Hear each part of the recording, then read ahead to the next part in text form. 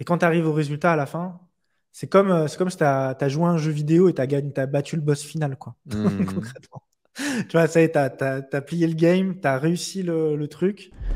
Hello les amis, j'espère que vous allez bien et que vous êtes en super forme. Bienvenue dans cette interview d'entrepreneurs, dans ce parcours des gens qui créent l'impossible dans leur vie. On va rentrer dans leur tête et dans leur basket pour comprendre ce qui fait leur parcours. Aujourd'hui, je suis super content de vous présenter le parcours de Yacine qui va nous partager son parcours de salarié pas content dans un grand groupe, dans une grosse boîte, dans la communication et la découverte de l'entrepreneuriat, la découverte du business, les premières missions en freelance jusqu'à son plus gros lancement il y a quelques semaines dans lequel il a réalisé plus de 70 000 euros en un mois. On va découvrir le parcours de ce passionné de communication qui aujourd'hui enseigne le community management et aide les community managers à gagner leur vie sur le web. Encore un parcours riche et inspirant que vous allez kiffer. Alors restez bien connectés les amis jusqu'à la fin de l'interview comme d'habitude. Les amis, vous le savez, on a besoin de vous. Laissez un énorme like, abonnez-vous à cette chaîne YouTube et puis dites-nous dans les commentaires qui voulez-vous voir sur le podcast. Les interviews sont en train d'avoir une portée de plus en plus grosse toutes les semaines et c'est grâce à vous. Alors merci énormément pour vos messages, pour vos commentaires, pour vos 5 étoiles sur les plateformes de podcast et on continue toutes les semaines d'interviewer des gens incroyables pour votre plus grand plaisir, pour vous booster, vous inspirer, vous motiver à développer une vie toujours plus riche. Hello les amis, j'espère que vous avez la forme, j'espère que vous allez bien. Bienvenue dans ce nouvel interview, bienvenue dans ce nouveau parcours d'entrepreneur qui crée l'impossible dans sa vie. Et aujourd'hui, on a la chance d'accueillir Yacine. Yacine, comment tu vas? Salut Enzo, ça va Est-ce, super et toi? est-ce que tu es content d'être là? Franchement, ouais, je te disais, j'ai l'impression de passer chez Ardisson à la télévision. Donc, Écoute, ouais, je suis super j'espère qu'un content. jour, on aura plus de portée qu'Ardisson et qu'on fera du contenu un petit peu plus bienveillant parce qu'il est quand même connu aujourd'hui pour Ouais, mais pas tu sais, être quelqu'un de sympa, tu vois. pour moi, t'es un modèle sur les interviews. Je te regarde faire des interviews depuis, je sais pas, 3, 4 ans. Jamais j'aurais cru qu'un jour, je serais interviewé chez Enzo. C'est beau. Donc, c'est cool. Et non, non, en plus, j'adore comment tu fais tes interviews. Je me suis inspiré aussi de questions que tu posais Mhm. quand je faisais, il y a pas longtemps, pendant une fois par semaine, je faisais des interviews sur Instagram. Ouais. Et j'avais regardé justement comment tu posais tes questions, ça m'inspirait vachement. Donc, ouais, non, pour moi, c'est un peu spécial d'être là Ça, j'adore, aujourd'hui. on démarre, je me fais saucer. On est au bon endroit, les amis. Bienvenue. Merci beaucoup, Yacine, pour tes compliments. Les amis, c'est grâce à vous, tout ça. C'est grâce à vous, c'est grâce à la force que vous donnez, à l'engagement que vous faites sous les vidéos. Donc, continuez, mettez des likes, abonnez-vous à cette chaîne si vous voulez découvrir un nouveau parcours d'entrepreneur toutes les semaines. Et puis, mettez 5 étoiles si vous êtes sur les plateformes de podcast. C'est grâce à vous que depuis 3 à 4 ans maintenant, on continue de faire des interviews. Je dirais même 5 ans. Donc, c'est grâce à vous. Merci la famille. Et merci beaucoup Yacine, ça me met de très bonne humeur pour démarrer Là, je cet t'en prie. échange.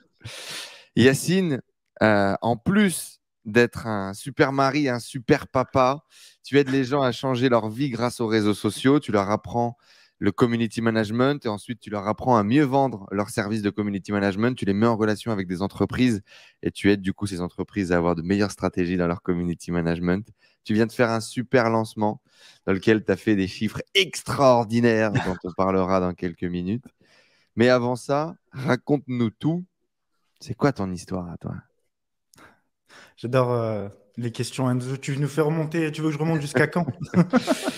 Bah, il y a une chose, moi, qui m'intéresse vraiment, Dis-moi. c'est qu'on comprenne les racines, ta Ouais, vision de l'argent, ta vision ok, du travail. ok, Pour souvent, en général, comment est-ce que tu as fait pour casser, tu vois, ce terreau dans Hmm, lequel tu as grandi? Donc, ok. partage-nous parce que je sais que tu as un terreau très riche, toi. Tu vois, j'aurais jamais pensé que quand j'étais plus jeune, j'allais devenir entrepreneur. Mhm. Tu vois, moi, mon père, il est prof, ma mère, elle est assistante sociale. Mhm. Je me rappelle quand j'étais au collège-lycée, tous mes potes, on était tous des fils de profs. Donc, D'accord, ouais. donc, tu vois. Et moi, du coup, bah, c'était important de faire des bonnes études. Donc, j'ai fait Sciences Po. Donc, j'ai fait l'Institut d'études politiques de Grenoble. Et mon objectif, c'était de faire du lobbying à Bruxelles. Tu vois, Ok. c'était d'aller à Bruxelles, travailler dans un grand cabinet de lobbying, voilà, dans cet univers-là. Comment t'en étais arrivé à prendre cette décision? J'imagine que c'était pas tes rêves de gosse. Euh, En fait, tu sais, Sciences Po, c'est la voie que tu fais quand tu sais pas quoi faire. D'accord. Tu vois, tu te dis, OK, ça va pas me fermer des portes, c'est pas trop mal. En même temps, je suis pas obligé trop de me spécialiser. Donc, je suis parti là-dedans. C'était super cool, hein. J'ai appris plein de choses, j'ai rencontré des gens super. Et puis, en fait, j'ai décidé de me spécialiser là-dedans, dans les affaires européennes. Et pendant mes stages de fin d'études, en fait, j'ai découvert la communication Mhm. lors d'un stage à Bruxelles où, en fait, tu sais, quand tu es en stage, tu fais un peu de la veille, tu vois. Mhm. Et donc, moi, je faisais de la veille et j'utilisais pas mal. Alors, ça, je te parle de ça, c'était 2010-2011. Mhm. Et donc, Tu utilisais pas mal c'était. Twitter, c'est ça? Voilà, c'était Mhm. ça. Et en fait, alors, parmi les gens qui étaient dans le cabinet, eux, ils n'utilisaient pas. Enfin, c'était les trucs qui étaient nouveaux. Et moi, je sentais que ça m'attirait, tu vois, les réseaux sociaux à ce niveau-là. Et donc, on faisait des affaires publiques, mais il y avait aussi tout un volet communication, relations presse, relations publiques, etc. Et donc, moi, je suis rentré, en fait, je suis rentré par là. Et finalement, après ça, en fait, je me suis retrouvé à changer un petit peu de voie, mais ça restait quand même dans la continuité de ce stage-là. C'est que j'ai intégré une agence de communication, Qui faisait de la tout en bas. communication politique ou pas? Pas du tout? Alors, non, c'était une agence de communication un peu généraliste, mais moi, j'étais chargé des relations presse au tout départ. D'accord. Donc, voilà. Et donc, voilà, je démarre au bas de l'échelle, Et chef de du coup, tu projet. recherches ce job-là, ce job te tombe dessus. Comment ça se passe? Ouais, en fait, je recherche ça parce que j'avais découvert ça pendant le stage et je me suis dit, ça, j'aime bien. Je sais pas encore si je vais en faire une carrière, mais voilà, tu vois, c'était un Je vais peu, chercher une expérience là-dedans parce que ça m'a plu, quoi. c'est ça, Donc tu dis un peu pause à la politique et à tout ce monde de Bruxelles pour essayer autre chose. c'est ça. Mhm. Et là, en fait, donc là, on est en 2011 et c'est le tout début du community management. À l'époque, c'était les fan pages sur Facebook. Mhm. Et là, dans mon agence, on me dit, OK, en fait, voilà, il faudrait qu'on commence à créer des offres pour accompagner les entreprises sur le digital. Voilà, il y a En fait, pendant la décennie, là, il y a eu une transformation énorme qui s'est faite Mhm. où toutes les grosses marques, tous les gros annonceurs ont commencé à faire leur transformation digitale et ont passé de j'investis dans la presse, l'affichage, la radio, les canaux un peu traditionnels, à on investit sur Internet. Et donc, c'était les premières campagnes de display, les premiers sites internet, les campagnes d'emailing, et c'était nouveau. Et je pense que toi, tu étais là aussi à cette époque, Je suis Enzo, arrivé parce un que, petit peu après. Je suis arrivé un petit peu ouais, après, mais donc tu vois à effectivement, peu près de quoi je parle, quoi, cette 100%. période-là. Ouais. Mhm. Voilà. Et à l'époque, il n'y avait pas de formation en digital, il n'y avait pas tout ça. Donc, on apprenait en fait sur le tas. Et en fait, quand j'ai vu cette opportunité-là, je me suis dit, en fait, ça, j'ai envie d'être bon là-dedans. Alors ça, ça j'adore. Et en fait, je vais faire ça, quoi. C'est ça que je vais faire. Je vais Ok. bosser dans voilà, la communication, le marketing digital, et je vais me former, je vais découvrir, et je vais accompagner des entreprises là-dedans. Et donc, petit à petit, on fait des propositions à des clients. Au début, c'est compliqué parce que ils nous disent, ouais, Facebook, c'est pour les gamins. Pourquoi vous voulez Oui, qu'on aille là-bas? personne n'y croit à ce moment-là. Il n'y a Personne pas n'y croit à ce moment-là. l'engouement. Mhm. C'est ça Ou qui en tout est, cas, il n'y a pas autant d'investissement qu'on aimerait qu'il y ait et c'est pas c'est aussi en ça. vogue qu'aujourd'hui. Mhm. C'est ça, mais du coup, ça nous force en fait en fait, ça m'a forcé aussi à apprendre à vendre du digital, tu vois. Mhm. Donc, À ce moment-là, du coup, tu étais aussi chargé de la relation client, de la vente, en plus de gérer les campagnes. Oui. c'est ça. Ouais, c'est ça. En fait, en tout cas, moi, c'est ce que je veux. Donc, au final, dans l'agence, c'est un peu le rôle que je prends.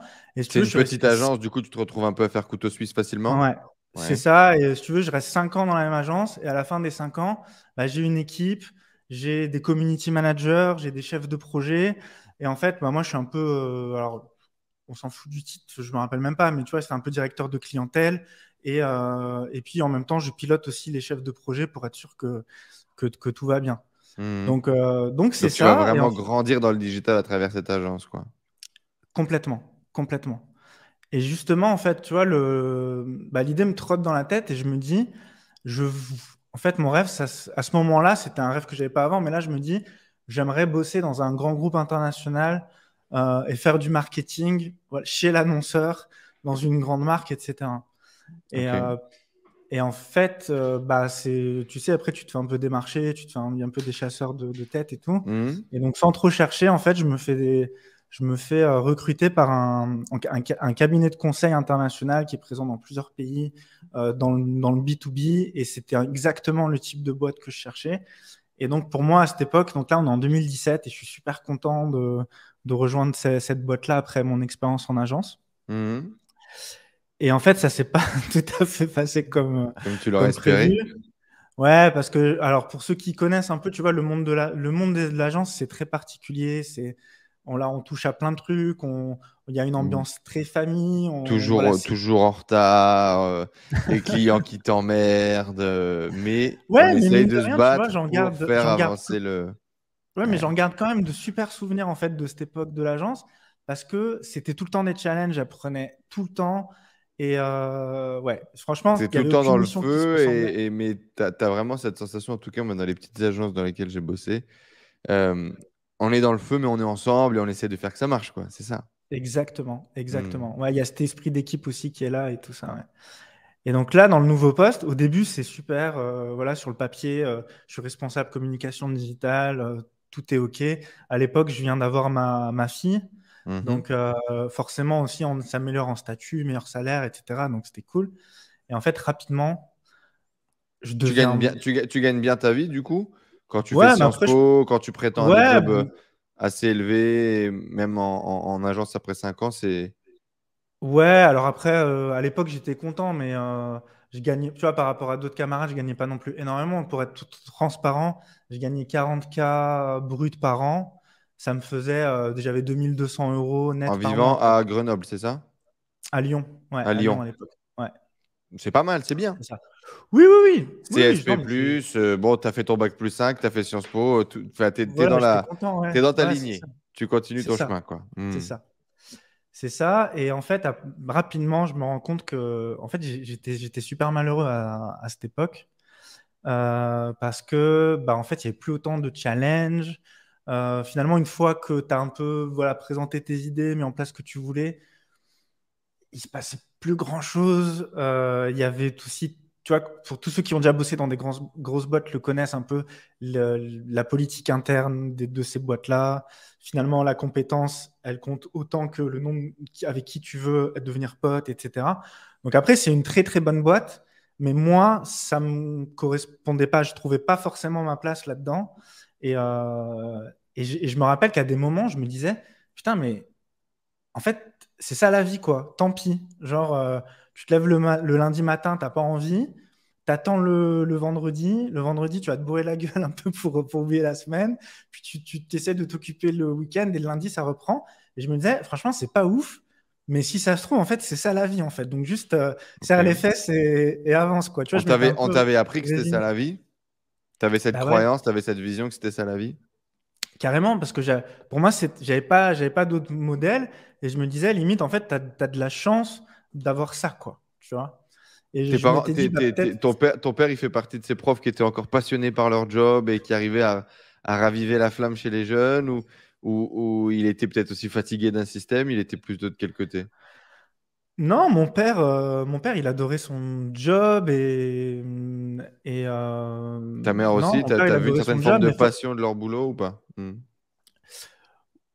est-ce qu'ils étaient passionnés de leur boulot, mes Ouais, parents? Ouais. est-ce que toi, tu les voyais justement avoir la banane, partager des bonnes expériences de travail et tout? Ouais, carrément. Mais tu sais, en fait, mes parents, ils avaient des métiers, je pense, qui avaient aussi un peu plus de sens.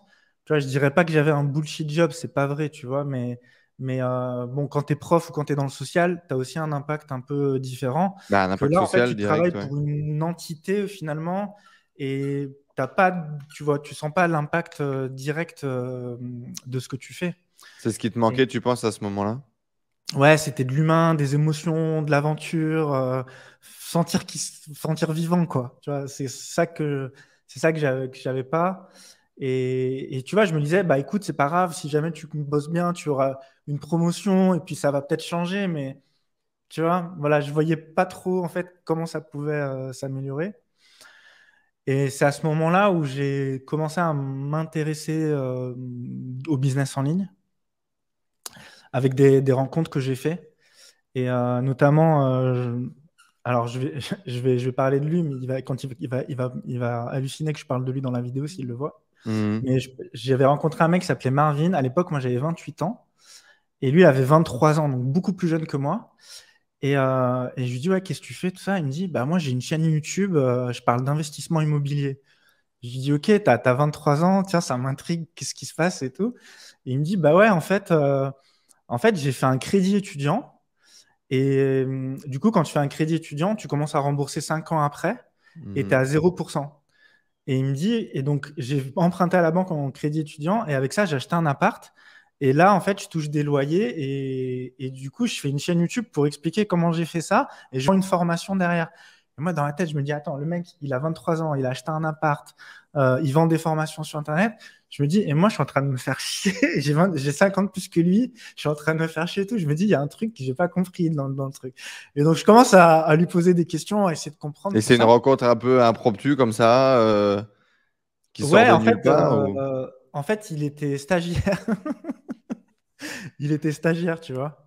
Et il faisait ça à côté parce que voilà, il était étudiant, mais lui, c'était sûr il allait C'était pas ton suivre ange gardien, frérot. C'est le mec qui t'a mis la puce à l'oreille, c'est trop fort. mais complètement, complètement. Mais je lui ai déjà dit, franchement, il m'a fait un gros déclic quand je l'ai rencontré.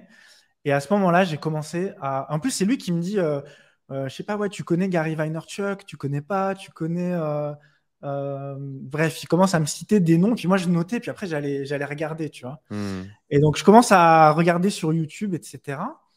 Et puis, tu vois, je commence à découvrir voilà, l'investissement immobilier, le dropshipping. En fait, je commence à tomber dans tout ça, tu vois, c'était 2017. Et je tombe sur toi aussi, où voilà, tu parles de En tout ça. 2017, je fais beaucoup d'interviews, hein, on a fait des vues, hein. Ouais, certainement. Et donc, je me dis, voilà, là, à ce moment-là, en fait, voilà, là, j'ai dit, OK, en fait, il y a une autre possibilité, il y a autre chose. Tu vois, et là, à ce moment-là, je ne sais pas ce que je vais faire, je ne sais pas quelle voie je vais prendre, mais à ce moment-là, je comprends que à un moment donné, je vais démissionner, je ferai autre chose, je ne sais pas quoi, mais voilà, la décision, elle est prise. Là, tu ouvres la porte de dire, je ne suis pas obligé de rester dans ce statut où je me fais chier, où je manque C'est ça, d'aventure. La vie, c'est elle peut ça, être autre chose que ça, quoi. c'est ça. Tu vois, à l'époque, ça me paraît encore énorme, tu vois, je me dis, waouh, ça serait un truc de fou, mais je sais pas, je m'accroche au Il truc, y a je me la dis, petite non, étincelle qui commence à grandir. ouais, voilà, c'est ça. Hmm. Et le Et du coup, tu premier n'avais truc pas d'entrepreneur autour de toi, tu n'avais jamais envisagé l'entrepreneuriat, c'est pas quelque chose qui te parlait. Tu te pas voyais du tout. plus soit à Bruxelles, soit dans des grosses entités qu'autre chose, quoi. Ouais, mais tu sais, j'ai envie de te dire, c'est même pire que ça, parce que quand j'étais à Sciences Po, euh, avec tous mes potes, on se foutait de la gueule des mecs qui Des étaient en mecs école de d'école de commerce. commerce et qui voulaient Exactement, monter tu des vois. trucs. Hmm. C'était ça, c'était en mode, ouais, mais eux, ils savent juste faire de l'argent, mais ils n'ont aucune culture. Tu vois, genre, nous, on est des intellos, tu vois, on a plus que ça. Donc, tu sais, il y avait un peu aussi ce truc-là, tu vois, Cette rivalité. cette rivalité. Et si tu veux, voilà, il y avait aussi ce truc de ouais, si tu veux gagner de l'argent, si tu veux juste gagner de l'argent, bah en fait, voilà, tu vas pas t'épanouir ou tu vas poursuivre quelque chose de pas très noble. Donc j'avais quand même ça, tu vois, quand j'étais plus jeune. Donc Il y avait la forcément, dans mon noblesse du entourage, travail, il faut faire quelque chose de bien, avoir un travail qui a du sens. carrément, carrément. Et du coup, l'entrepreneuriat, c'était pas une option en fait. C'est bien plus tard que j'ai compris que c'était pas incompatible, voire au contraire. Mais au début, non, c'était vraiment pas une option au début, Hmm. carrément. Et ouais, du Et coup, je te continue l'histoire, mais après, donc là, je veux tester des choses en fait. Donc le premier truc que je teste, c'est, bah, je m'inspire un peu de mon pote Marvin. C'est hmm. comme je suis en CDI, je fais un crédit, j'achète un appart et je le mets sur Airbnb, tu vois. Ok. Ça Et te je met me dis, combien de temps tu passes de l'information à l'action? mais c'est ça qui est ouf, c'est qu'en fait, ça a pris 3 mois. Direct. Voilà. En fait, Marvin, il m'a expliqué comment ça marche. Tout de suite, je suis allé faire des visites, je suis allé voir la banque et ça s'est fait en fait en 3 mois, quoi. T'étais déjà propriétaire de ta résidence Non, principale. non, non, non. Et donc à 28 ans, donc tu es déjà avec ta femme. Ouais, Tu es déjà avec ta femme, tu n'avais pas ouais, encore acheté. Tu rencontres un gamin et tu te dis, je vais devenir c'est propriétaire ça, du jour au lendemain. c'est ça. Est-ce Mais que moi, tu t'étais dit que tu tu allais vois, un jour devenir propriétaire et tout ou pas? C'était quoi ta vision par rapport à ça? Ouais, mais c'était de faire de l'investissement locatif, d'avoir un revenu en plus, etc. Non, mais Sauf qu'à avant, l'époque, est-ce que tu pensais que c'était disponible? Est-ce que tu pensais que c'était ah non, mais possible? pas Est-ce que du tu tout. t'étais dit que tu allais être propriétaire et puis tu aurais une maison à 50 piges? Enfin, tu vois, c'était quoi ta vision? Ouais, non, mais c'est ça. Je m'étais dit, la première maison que j'achèterais, ça sera ma résidence principale et tout ça. Et tu sais, en plus, là, on est en 2022, là où on fait cette vidéo. Aujourd'hui, ça s'est encore plus démocratisé. C'est-à-dire, il y a eu Hmm. des émissions à la télé. Voilà, tu vois, maintenant, tout le monde a fait un peu de l'investissement locatif. En 2017, c'était le début de ça, en fait. Ouais. Donc, c'était vraiment, non. C'était réservé uniquement aux investisseurs, les mecs chevronnés. C'était pas trop connu encore qu'on pouvait développer ça. Ouais. Ouais, c'est ça. Et en fait, bon, moi, dans ma tête, je m'étais dit, ça va me faire un revenu et tout. En fait, pas du tout. C'était hyper compliqué. Je le dis honnêtement. J'allais entre midi et deux changer des draps. Tu vois, bon, ce qui était bien, j'avais bien fait le job. Donc, l'appart, il était super bien positionné sur Airbnb. Donc, niveau marketing, c'était bon. Mais après, derrière, la logistique, c'était tout un truc. Et finalement, il a fini en mode longue durée, surtout avec le Covid et tout ça. Donc, c'est fini la location saisonnière. Mais au Mais départ, c'est le premier truc que j'avais testé, t'as quoi. expérimenté direct, quoi. C'est fou. C'est ça. T'as pas eu Et peur? après, tu vois, je regardais tes vidéos et d'autres, et je commence à avoir le dropshipping, tu vois, l'opportunité du dropshipping. Qu'est-ce que je fais? Je me dis, bah, j'y vais.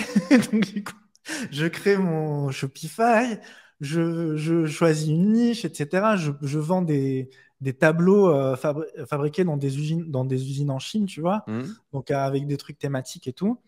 Et là, je me rappellerai tout le temps, genre, j'ai mis la première publicité, j'ai mis la première pub, et je suis allé me coucher, et 10 minutes après, j'ai eu une notification Stripe. Waouh. Et là, je me suis dit, mais qu'est-ce qui se passe? C'est un truc de fou. Sauf que en fait, ce qui s'est passé, c'était, il y en a eu 3 de notifications Stripe en tout, tu vois. Donc Mhm. mais la sensation que ça a fait quand il y a eu la notification, c'était un truc de T'as fou. accompli le truc, tu le mets en place, ça marche direct, quoi. Exactement. Et alors, j'y connaissais rien, donc forcément, en plus, je suis arrivé un peu tard et tout. J'ai pas gagné d'argent avec le dropshipping, mais j'en ai pas perdu non plus, donc c'est déjà pas mal.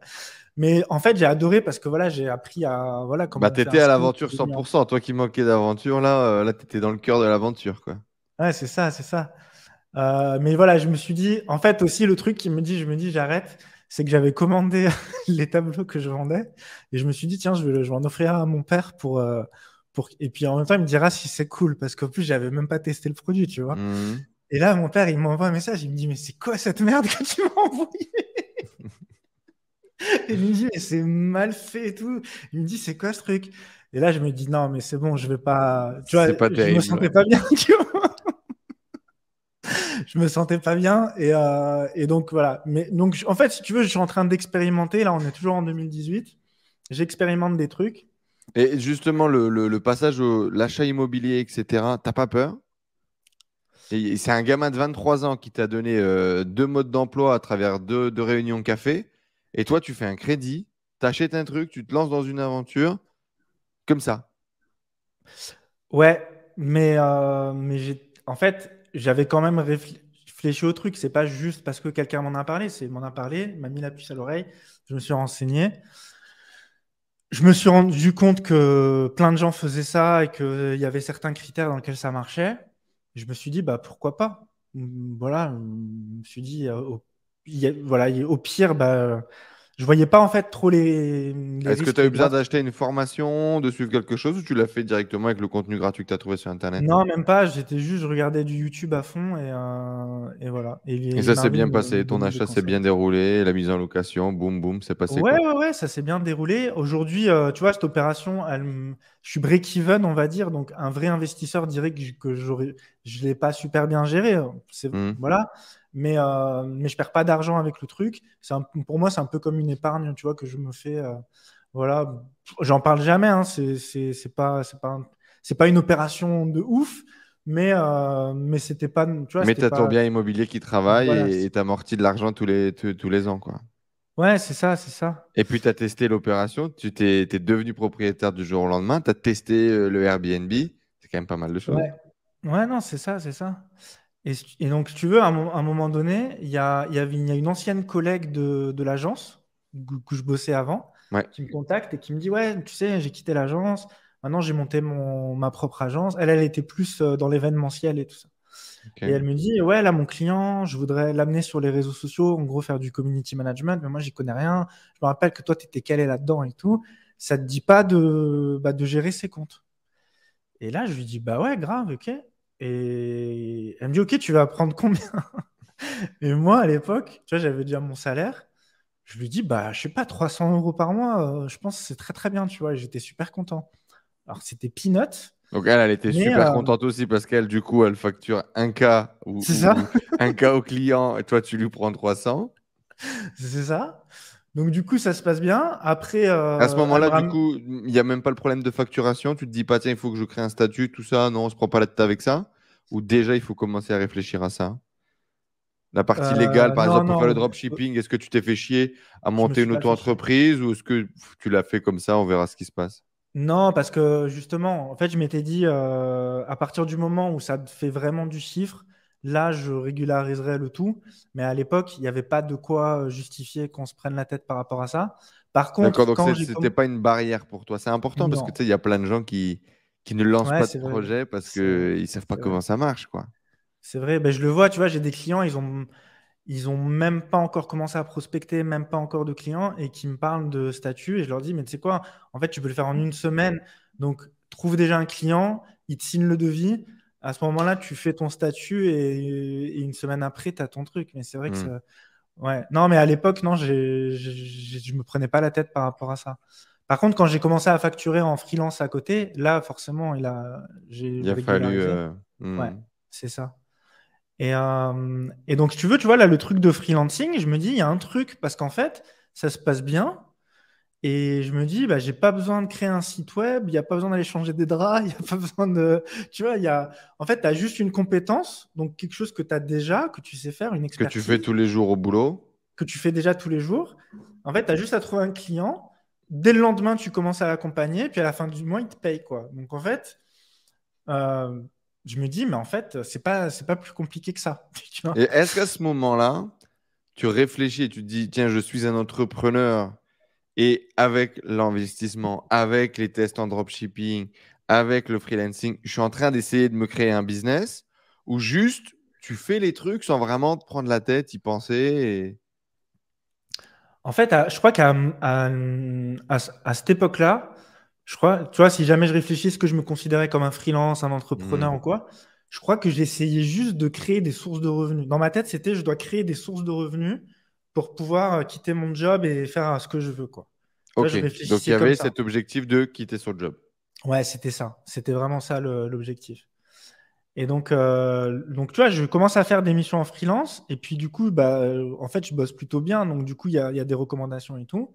Et à un moment donné, je réponds à une annonce dans un groupe Facebook. Et finalement, je vends le truc et tout. Et je me dis, mais en fait, c'est ça. En fait, je me prends la tête. En fait, j'ai déjà tout. Donc, en fait, j'ai juste à trouver des clients et c'est parti, quoi. Mais ça me terrorise. Ça me terrorise. Et ça a pris plusieurs mois où j'en ai parlé avec mes parents, j'en ai parlé avec mon père. Et en fait, il n'y a personne autour de moi qui faisait ça, qui avait quitté son job ou qui était entrepreneur. Donc forcément, eux, ils vont pas trop te rassurer. Et si toi, t'es pas sûr de toi, c'est pas eux qui vont te dire, bah si, vas-y, tu vois. Donc du coup, j'avais vraiment peur. Et je me T'as disais, peur de quoi, du coup, à ce moment-là?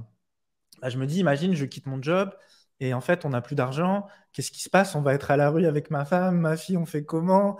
En plus, j'avais déjà quelque chose et je l'ai détruit. Donc en fait, enfin, tu vois, je me, je pense comme plein de gens qui sont dans ces situations. Et au final, Donc l'habitude du paycheck, quoi. Ça fait, à ce l'habitude, moment-là, ça fait quoi? Ça fait 10 ans que tu encaisses des salaires tous les mois, c'est ça à ça peu fait près? 8 ans, 8 ans, ouais. 8 ans. Ouais, Et donc, du 8 ans. coup, tu te dis, putain, si à la fin du mois, le truc il tombe pas, comment est-ce que je vais faire? Non, c'est ça. Ah ouais. C'est ça. Et puis j'avais pas beaucoup d'argent de côté, tu vois, donc j'avais pas de quoi. C'était vraiment un risque, quoi. Et Et puis, à un ta fille, elle a moment, quel âge ta fille? Elle a un an et demi à ce elle a moment-là? 2 ans là. Ah, Deux elle a ans, 2 ans. ouais. Ouais. Ouais, ouais, ouais. Et en fait, là, dans mon job, ça commence vraiment à plus aller. Il y a un changement dans ma hiérarchie. Euh, on me donne encore plus de, on me donne beaucoup de boulot à ce moment-là et tout. Et en fait, ça me dégoûtait encore plus de mon travail. À un moment donné, je me suis dit, en fait, c'est quoi qui te fait le plus peur, quoi? c'est de continuer à galérer comme ça ou de prendre le risque. Et vraiment, je me suis posé la question. Et à un moment donné, je me suis dit, mais tu sais quoi, en fait, je veux plus de ça, en fait. Donc, je vais prendre le risque. Et en fait, je vais faire en sorte que ça marche. Et je vais pas me laisser le choix. Et ça va marcher. Et voilà. Et du coup, ce Ah, que le j'ai fait, dégoût de la situation en place devient plus fort que la peur de se lancer. exactement, c'est Mais il y a quand ça. même plusieurs mois quand même qui se passent entre Ouais, l'envie et la ouais, décision pour le coup. Tu achètes un c'est ça. appartement en 3 mois alors que tu connais rien. Tu te lances dans l'e-commerce sans te poser trop de questions en 2 semaines, mais tu mets plusieurs mois à devenir freelance alors que C'est tu avais ça. déjà toutes les Non, compétences, tu avais déjà mais des revenus. C'est marrant. complètement, complètement. Mais c'était vraiment des peurs. Et du En coup, je fait, c'était demande vraiment ma... l'abandon du CDI et cette perte de routine Carrément, qui. carrément. Et c'était quoi le fondamental? C'est l'argent? C'est l'argent, c'est ta famille? Est-ce que c'est le regard des gens? Qu'est-ce qui est la vraie peur qu'il y a derrière? C'est de se retrouver sans rien avec ta Ouais, c'est la famille? sécurité. C'est la sécurité. C'est de se dire, OK, je fais quoi? On doit payer le loyer, on doit payer les courses, je fais quoi? Genre, je vais dire, ah bah désolé, en fait, j'ai décidé de démissionner, mais j'aurais peut-être pas dû. Enfin, tu vois, et de se retrouver dans cette situation-là. Donc T'avais toujours été plutôt du côté effectivement sécuritaire, tranquille du truc, ou t'avais déjà essayé de faire des petits business, tu cherchais à gagner des trucs à droite, à gauche. Est-ce que c'est un trait de caractère ou au contraire pas du tout? Et toi, c'était vraiment le truc, non, tu parce faisais que ton pour job et moi, that's it, quoi. la seule manière de gagner de l'argent dans ma tête, c'était le salariat. Et si tu voulais gagner plus d'argent, il fallait avoir une promotion ou changer de job ou voilà. Pour moi, il y avait que ça en fait. Ok. Et c'est juste pas avec cette expérience-là que je venais de faire dans les mois derniers que j'avais compris qu'il y avait d'autres manières de gagner de l'argent. Et j'étais convaincu, mais j'avais vraiment peur de sauter et d'y aller, quoi. Parce que je le comprenais en théorie, mais je l'avais pas fait. Tu vois, tu as d'autres gens, ils vont déjà remplacer leur salaire à côté, et ensuite, ils vont se dire, OK, Ils vont moi, passer le câble. je gagnais même pas encore mon salaire, en fait, quand Tu j'ai gagnais quoi? Tu démissionné. gagnais 500-600 balles à ce moment-là? Je Quand gagnais tu prends la 700 décision. euros à peu près, ouais. Ouais. Tu sais à qui je suis en train de penser? Je suis en train de penser à Yvan. Yvan qui est Ouais, du coup un autre membre de la tribu. Parce que tu vois, toi ou toute ta vie, ton truc c'était de gagner ton salaire et machin. Lui, il a jamais gagné un salaire normal. Tu vois, c'est marrant que tu as des profils qui sont tellement ouais, opposés et ouais, différents. C'est c'est le mec, clair. il a toujours récupéré 50 balles par-ci, 50 balles par-là en essayant de bosser à droite à gauche. Alors que toi, il n'y avait qu'une seule voie, c'était ouais, le salaire, quoi, tu vois.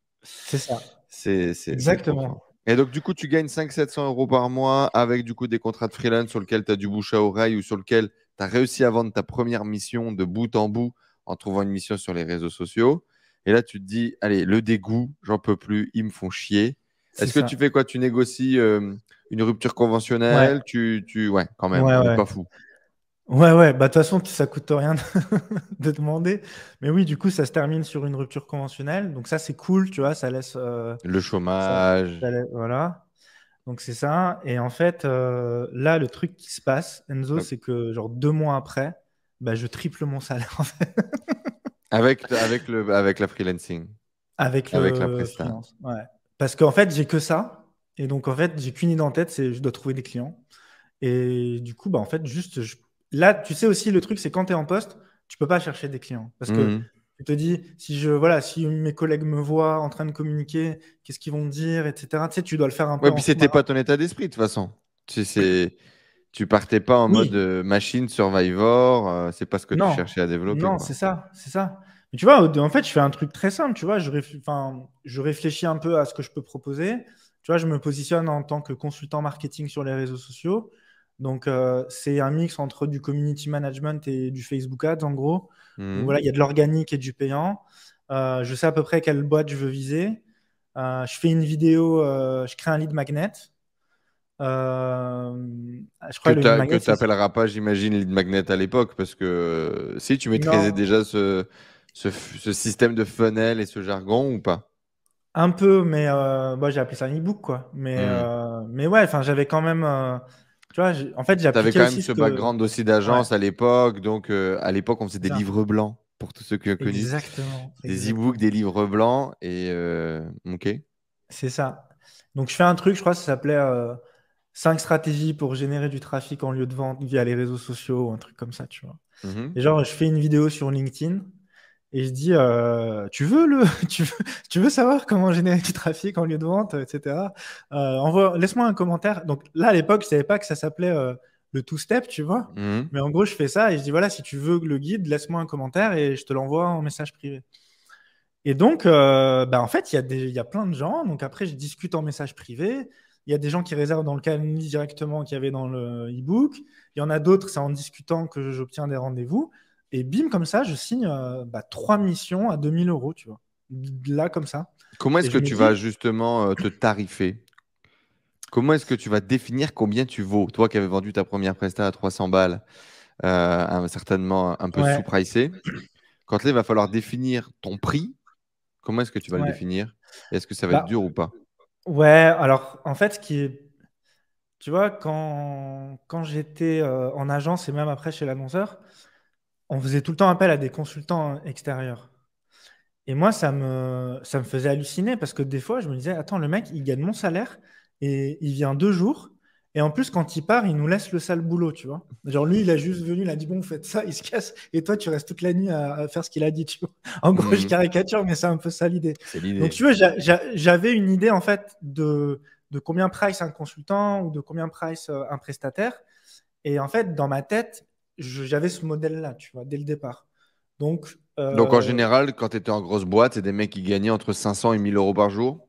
ouais, c'est ça. Alors après, j'ai pas facturé à ce prix-là. Le truc, c'est que, voilà, moi, je faisais un espèce de forfait entre 1 500 et 2 000 euros, tu vois, mais dès le début, je l'ai vendu assez cher. Mais le truc, c'est que à ce prix-là, en fait, mon client, c'est comme si j'intégrais son équipe. Et à ce Hmm. moment-là, il m'appelait tout le temps. Tu vois.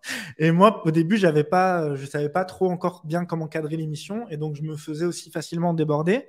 Et donc, c'est pour ça qu'en fait, très, très vite, j'ai bien gagné ma vie par rapport à mon salaire. Donc, ça m'a hyper rassuré. Mais rapidement aussi, je me suis dit, ouais, mais je peux pas non plus continuer comme ça parce qu'il y a un moment Ouais. donné, je vais péter un câble ou je vais être. Voilà, c'était trop en fait. Qu'est-ce qui se Donc, passe du coup à ce moment-là quand tu quittes ton job? Tu dis à ta famille, voilà, je vais devenir freelancer. Est-ce que tu annonces à tout le monde que ben voilà, ouais, je ça me y est, tu as rappelle que pris enfin j'aime ta pas dire, décision? je me rappelle que j'aime pas dire le mot freelance parce que dans mon entourage, en mode freelance, c'est la loose, quoi. C'est en gros, tu es en train Tu de dis galérer. consultant parce que c'était classe à l'époque, c'est ça? Donc, je dis consultant, je disais, je bosse pour moi. Je me rappelle, je disais, je bosse pour moi. Tu vois, genre, Hmm. voilà. C'était ça.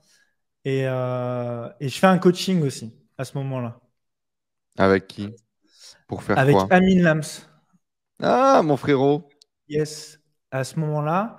Et je Pour vais. justement apprendre à vendre tes prestats en tant que consultant, c'est ça? Exactement. Exactement. Et ça, c'était en fin 2019. Hmm. Ouais, et je me rappelle que moi, on avait fait une immersion à Marrakech, etc. Hmm. Et à cette époque-là, donc, je faisais des missions de consulting, mais j'avais aussi l'idée, et on va y venir, tu vois, mais c'était d'accompagner des community managers, Ok. tu vois. Et sauf que je sais pas comment faire. Tu vois, pour moi, en fait, là, j'ai compris comment vendre de la prestat de service, genre vendre du coaching à des CM pour leur apprendre à faire ce que je fais. Je savais pas faire et je pense qu'aussi je manquais d'expérience parce que je venais de sortir du salariat finalement, donc j'avais pas Mhm. encore assez d'expérience. Et donc je mets un petit peu cette idée de côté et après pendant 1 an, je vais faire que du consulting et généralement j'ai des missions assez longue durée en fait. Donc j'ai pas beaucoup de clients, Des grosses mais boîtes, tu vas accompagner plutôt des petites boîtes et tu vas reproduire ce que tu faisais au boulot ou au contraire, tu vas changer un peu de cible? franchement j'ai les deux. Tu vois, j'ai bossé avec des projets de book immobilier. J'ai bossé avec des centres commerciaux au niveau local. J'ai bossé avec des courtiers d'assurance. Tu vois, donc voilà, le truc, c'est que c'était des missions assez longues. Tu vois, je faisais pas des trucs en one shot. Et comme ils étaient contents, bah, Tu as ça continué. durait. Voilà. Qu'est-ce qui t'a permis de trouver des clients? Ça a été quoi la méthode la meilleure pour trouver des clients quand tu as commencé? Parce Ouais, que bah, c'est une des grandes peurs de trouver des clients, du coup. ouais, ouais, mais au final, c'est un petit peu ce que j'enseigne maintenant à mes élèves. C'est les réseaux sociaux au final. Donc moi, à l'époque, c'était surtout LinkedIn. Mhm. Et en fait, bah, tu crées du contenu, tu attires des nouvelles personnes dans tes relations, tu vas leur parler, tu t'intéresses à eux, tu discutes et tu chopes des rendez-vous et après tu closes au téléphone. En gros, c'était aussi simple que ça, tu vois. C'est pas facile, mais c'est simple en fait. La méthode, elle était Mhm. simple, tu vois. Il n'y a pas besoin de faire des tunnels de vente compliqués ou quoi. Et c'est ça qui est bien en prestat de service aussi, c'est que tu vas direct à la source. Et Essayer de si créer une t'es, conversation avec les gens en les attirant sur un point de contenu qui les intéresse. Donc, comment ouais. attirer du trafic sur les réseaux sociaux, comment convertir, etc., etc. Exactement. Et avoir une posture d'expert Hmm. et inspirer confiance. Que les gens, quand ils trouvent ton contenu, ils disent, OK, le mec, il sait de quoi il parle, il est calé. Tu vois, c'est pas du contenu copier-coller qu'ils ont vu partout. C'est qu'ils voient, il y a quand même quelque chose de différent. Et moi, j'avais quand même ces 8 années d'expérience dans le domaine. Quand tu as bossé en agence, tu as bossé avec plein de clients. Donc, en fait, les problématiques, tu les connais, tu vois. Donc, quand tu parles avec eux, ils sentent que c'est pas le freelance qui s'est lancé. Enfin, oui, Il il y a s'est six lancé semaines. il y a 2 mois, mais en fait, il y a 8 ans d'expérience derrière, quoi. Donc, c'était ça, je pense qu'il y avait cette confiance-là aussi qui se faisait. Mais tu sais, voilà, comme je te dis, au bout d'un moment, en fait, finalement, je m'étais un peu complet. Je me suis un peu bon, je sais plus. Tu t'es Bon, laissé bref, aller finalement dans je me suis cette laissé nouvelle aller avec les routine. clients que j'avais parce que voilà, de toute façon, voilà, j'avais mes revenus.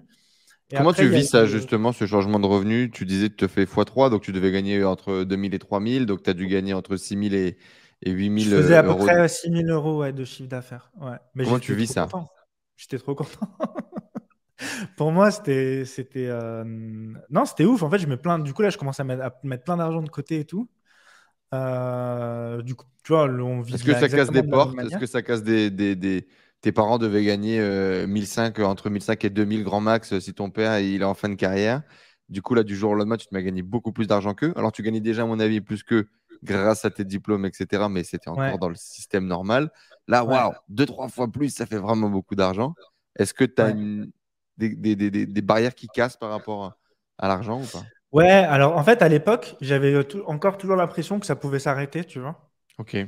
Donc, c'est pour ça que je me mettais de Donc, tu côté. faisais l'écureuil et t'en mettais plein de côté, Voilà. quoi. Hmm. Tu vois, c'est ça. Et d'un autre côté, je me disais, mais en fait, tu vois, c'est là où je me suis dit, mais en fait, c'est juste dans ta tête, en fait.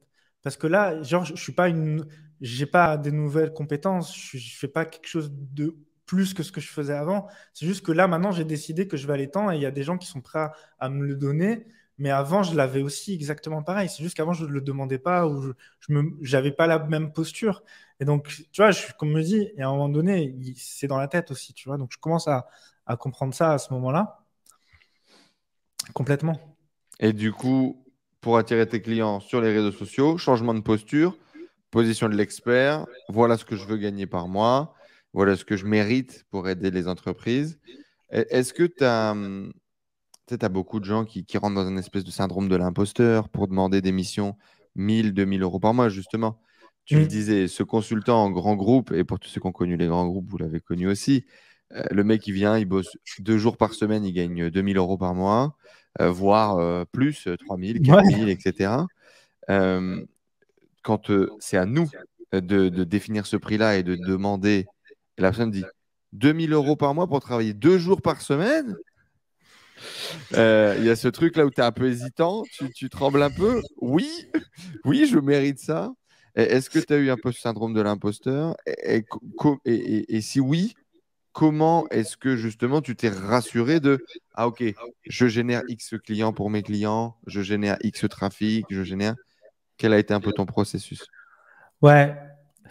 En fait, si tu veux, moi, à la différence de quelqu'un qui va se lancer maintenant et qui n'avait pas tout ce background-là, il sait peut-être pas la valeur qu'il peut apporter. Il a besoin de commencer à bosser avec des clients pour se rendre compte de la valeur, tu vois. Moi, tu vois, par exemple, moi, mes clients, ce que je leur dis, c'est au départ, en fait, facture le prix qui te semble juste pour toi et n'essaie pas de mettre, je sais pas, 1 000 euros parce que tout le monde t'a dit de mettre 1 000 euros ou tu as vu les autres le faire. Parce qu'en Mhm. fait, vu que tu n'es pas aligné avec ce prix, ton client, de toute façon, il va le sentir et Il tu va vas, le tu vas même sentir. pas vendre. Donc, il vaut mieux même baisser et tu vendras plus parce que tu seras aligné. Et en fait, tu vas faire une demi-mission, puis tu vas te dire, mais en fait, ça apporte tellement de valeur ce que je fais que la fois d'après, tu vas dire non, moi cette fois, je bosse pas à ce prix-là, j'augmente, tu vois. Et Mhm. en fait, moi ce processus-là, il allait assez vite parce que je savais exactement ce que j'apportais comme résultat, Mhm. puisque je l'avais fait dans mes anciens boulots. Donc dans ma Mhm. tête, je me disais, OK, le mec, il va investir tant en publicité ou il va investir tant dans le community management. Moi, je sais derrière ce que je vais lui apporter. Donc en fait, j'avais Tu avais pas déjà ce... conscience de ta valeur. Ouais, c'est ça. C'est ça. Complètement. Et tu vois, et c'est là où je me disais, mais c'est dingue parce qu'en fait, moi là, tu vois, j'avais 28, 29 ou 30 ans et je me dis, il y a des jeunes qui avaient 23 ans qui, en fait, ont pas dû passer par ces 8 ans de salariat, de finalement se rendre compte de la valeur. Ils ont eu des prises de conscience beaucoup plus rapides. Et moi, ça m'impressionne, en fait. Mhm. Alors, je sais pas si c'est une question de génération, je sais pas si c'est une question d'éducation, je pense qu'il y a un peu de tout. Mais moi, j'ai dû passer, en fait, par tout ça pour arriver à cette confiance et à pouvoir me lancer, Bah, quoi. faut dire aussi, je pense que tu avais été vraiment formaté. Tu as fait Sciences Po, tu as suivi ce moule quand même de l'élite Ouais, éducation, l'élite de la société. On te promet quand même, enfin, les postes de consultants et les consultants que tu rencontrais, très grosses boîtes, prestigieuses, blablabla, groupes internationaux. C'est un peu l'élite de notre société, entre guillemets. Du coup, il a fallu, je pense, le temps de déconstruire tout ça avant de pouvoir t'autoriser exactement. à y aller. Et donc, du coup, après cette année de consulting, cette année de freelance, comment est-ce que Après, il tu y te a sens? Tu as cette le, routine qui s'installe, j'imagine? Ouais, c'est ça, il y a ça. Puis après, il y a le Covid. Le Covid, ça met un peu en instabilité tu vois, les clients. Tu vois, as les clients qui commencent à te dire, ouais, on n'a plus trop de budget, faut faire gaffe et tout. Tu te dis, bon, voilà. Donc j'avais ça et j'avais le fait que j'avais l'impression aussi d'être revenu dans la routine. Et là, je me dis, Tiens, ok, d'ailleurs, intéressant, avant le Covid, ouais. est-ce que tu allais en consulting chez tes clients? Est-ce que tu travaillais vraiment à distance? Et donc déjà là, tu avais révolutionné ta vie parce que tu bossais à distance, à la maison, Mhm. etc. Comment ça se passait? Ouais, je bossais beaucoup à distance. Je faisais des réunions, mais c'était vraiment de temps en temps, quoi. Ok. Donc, À l'époque, tu on avais avait encore déjà besoin de faire, le client avait encore besoin de te voir au moins une Mhm. fois ou quelques fois, tu vois. Aujourd'hui, c'est possible de faire des missions de freelance, le client, tu le verras jamais et c'est OK. Avant le Covid, c'était possible de faire du télétravail, mais il y avait des moments quand même où tu Il devais, fallait ouais, se tu pointer, devais, il ouais. fallait rencontrer les gens, Ouais, il fallait fallait les serrer des rencontrer. paluches, il fallait les rassurer, quoi. Mais oui, mais du coup, là, à l'époque, j'avais mon bureau à la maison déjà et tout, ouais. Ouais, Et ouais. c'est une grosse révolution pour toi de pouvoir travailler à la maison, t'as Ah déjà ta oui, fille, du coup. Est-ce que ah oui. c'était un objectif, une envie? Ah oui, mais c'était trop bien. J'amenais ma fille à l'école le matin, ensuite je venais, je bossais avec la musique à fond chez moi. Enfin, tu vois, j'allais à la plage si je voulais le soir. Donc non, non, c'était cool. En plus, à cette époque-là, juste après que j'ai fait ma rupture conventionnelle de mon job à Lyon, Mhm. avec ma femme, on décide de partir habiter au Maroc. Donc Mhm. là, donc tu vois, j'étais à Tanger à ce moment-là et c'était cool. Et en fait, tu sais aussi pourquoi on est parti à Tanger? Parce qu'on s'est dit, j'ai plus mon salaire, on va aller au Maroc aussi parce que le niveau de vie est beaucoup moins, Plus bas. beaucoup plus bas. Et du coup, bah, si ça met du temps à se mettre, c'est cool, tu vois. Et en Alors même que temps, on là, du profite jour du au soleil et tout. lendemain, tu avais 6K C'est à ça. Tanger, vous étiez bien, quoi. C'est ça. Ta Donc femme, on était bien. elle avait pas de salaire, elle avait pas de job? Si, alors ma femme, elle bossait à Tanger. Ma femme, elle est journaliste. Ok. Et à Tanger, il y a des chaînes de télévision marocaines et elle bossait là-bas. Ok, donc du coup, il y avait l'opportunité avant de partir, ou c'est quand elle est arrivée sur place qu'elle a trouvé l'opportunité là-bas? Non, ça s'est fait non, il y a eu d'abord l'idée de démissionner. Et après, il y a eu ça, donc on s'est dit, allez, go, quoi. Ouais, top. Voilà, Ouais, elle avait déjà une mission là-bas, toi, c'est tu avais ça. l'opportunité de partir. Ok. Ouais, exactement. Et là, donc après, donc le Covid y passe. Et moi, je me redis, ok, mais en fait, tu vois, il y a tout le monde qui me dit, mais comment t'as fait, Yacine, pour démissionner, mais t'as pas eu peur, et comment t'as trouvé tes premiers clients, mais en fait, nous, on aimerait bien le faire aussi, etc. Et tu vois, je me rappelais, je me disais, putain, mais j'avais cette idée de coacher des CM et de leur apprendre un peu à trouver des clients. Bah, de Et je me coacher des dis, Yacine, quoi, en gros. De coacher des Yacine qui sont actuellement en un peu, poste, ouais. qui sont au Un bout de peu, leur vie et qui se disent mais c'est quand même pas ça la vie. Non mais s'il vous plaît. mais carrément. Mais c'est Ouais. exactement ça. Et à l'époque, je fais la formation de Pablo Guirao, Mhm. que tu connais peut-être, Mhm. c'est une formation marketing Instagram. Mhm. Et c'est un des premiers qui, en France, a un petit peu popularisé le marketing. Aujourd'hui, il y a tous les jours des nouveaux experts Instagram qui débarquent. C'est OK, Mhm. hein, parce que Instagram, c'est devenu tellement important. Mais Pablo, c'était vraiment un des premiers qui amenait les méthodes des États-Unis, de Russie, les trucs qui cartonnent et tout. Et en fait, vraiment, ça me fascine. Et en plus, tu vois, je me dis, moi, je suis un expert des réseaux sociaux et lui, il me montre des trucs que j'avais jamais vus. Donc, j'étais fasciné. Et je me dis, ouais, en fait, moi, quand je m'étais lancé, quand j'avais fait mon coaching en 2019, on m'avait appris de faire la méthode des webinaires. Mhm. Et j'avais tenté de faire un webinaire, et c'était, ouais, gagne ta liberté, trouve des clients en tant que community manager et tout. Et ça avait été un échec complet. Genre, j'étais pas sûr de moi. Mes publicités Facebook, je sais pas qui, ça avait pas marché. Genre, j'avais fait 2 appels et j'avais pas closé et tout. Je m'étais dit, bon, c'est pas pour moi. Et là, en fait, avec la méthode de Pablo, c'est exactement en fait ce que je faisais moi. Alors moi, je le faisais pas sur Instagram, je le faisais plutôt plus sur LinkedIn, mais je me Mhm. reconnaissais à fond dans cette méthode du contenu organique, de créer une communauté, etc. Et je me retrouve à fond là-dedans. Donc toi, à ce moment-là, Facebook, LinkedIn, Twitter, c'était les trois réseaux sur lesquels tu bossais et que tu avais développé une solide Ouais, expérience, c'est ça? ouais. En fait, je faisais du Instagram pour mes clients à l'époque, mais quand j'ai vu comment Pablo il bossait, je me suis rendu compte que j'avais rien compris Ok. concrètement, tu vois. Et Tu ça, maîtrisais pas encore c'est l'interaction, le fond de l'algorithme, c'était pas encore ton dada numéro un, quoi. Ouais, et puis 2020, c'était aussi l'année charnière d'Instagram parce qu'il y a eu les Reels qui sont arrivés, il y a eu Mhm. plein de choses.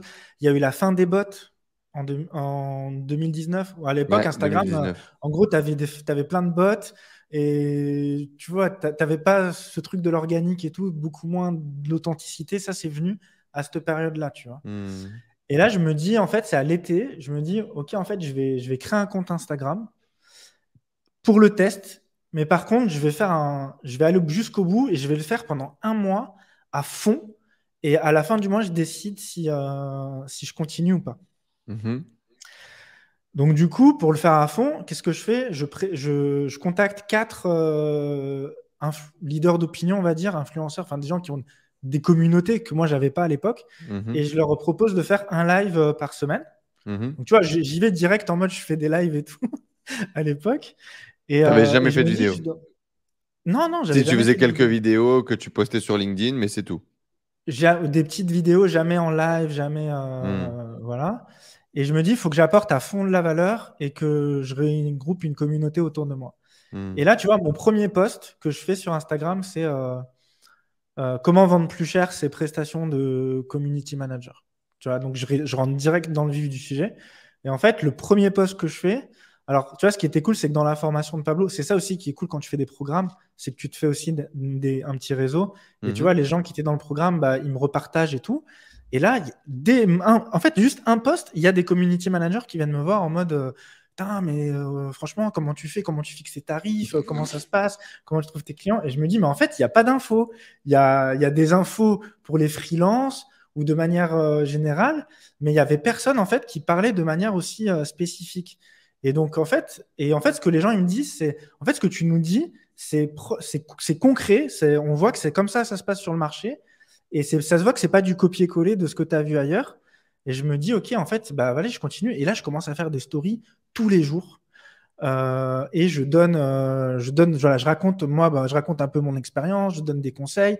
Et en fait, les gens, ils viennent me parler en DM, ils me posent des questions. Et est-ce que tu dois est-ce que tu dois donner le prix au premier rendez-vous? Est-ce que ça, tu dois le packager comme ça? Est-ce que tu dois facturer à la journée? Est-ce que tu dois facturer en forfait? En fait, tout le monde a plein de questions. Et en fait, moi, ça me paraît même simple, en fait, parce que c'est ce que je fais et tous les jours. Et donc, bah, je partage.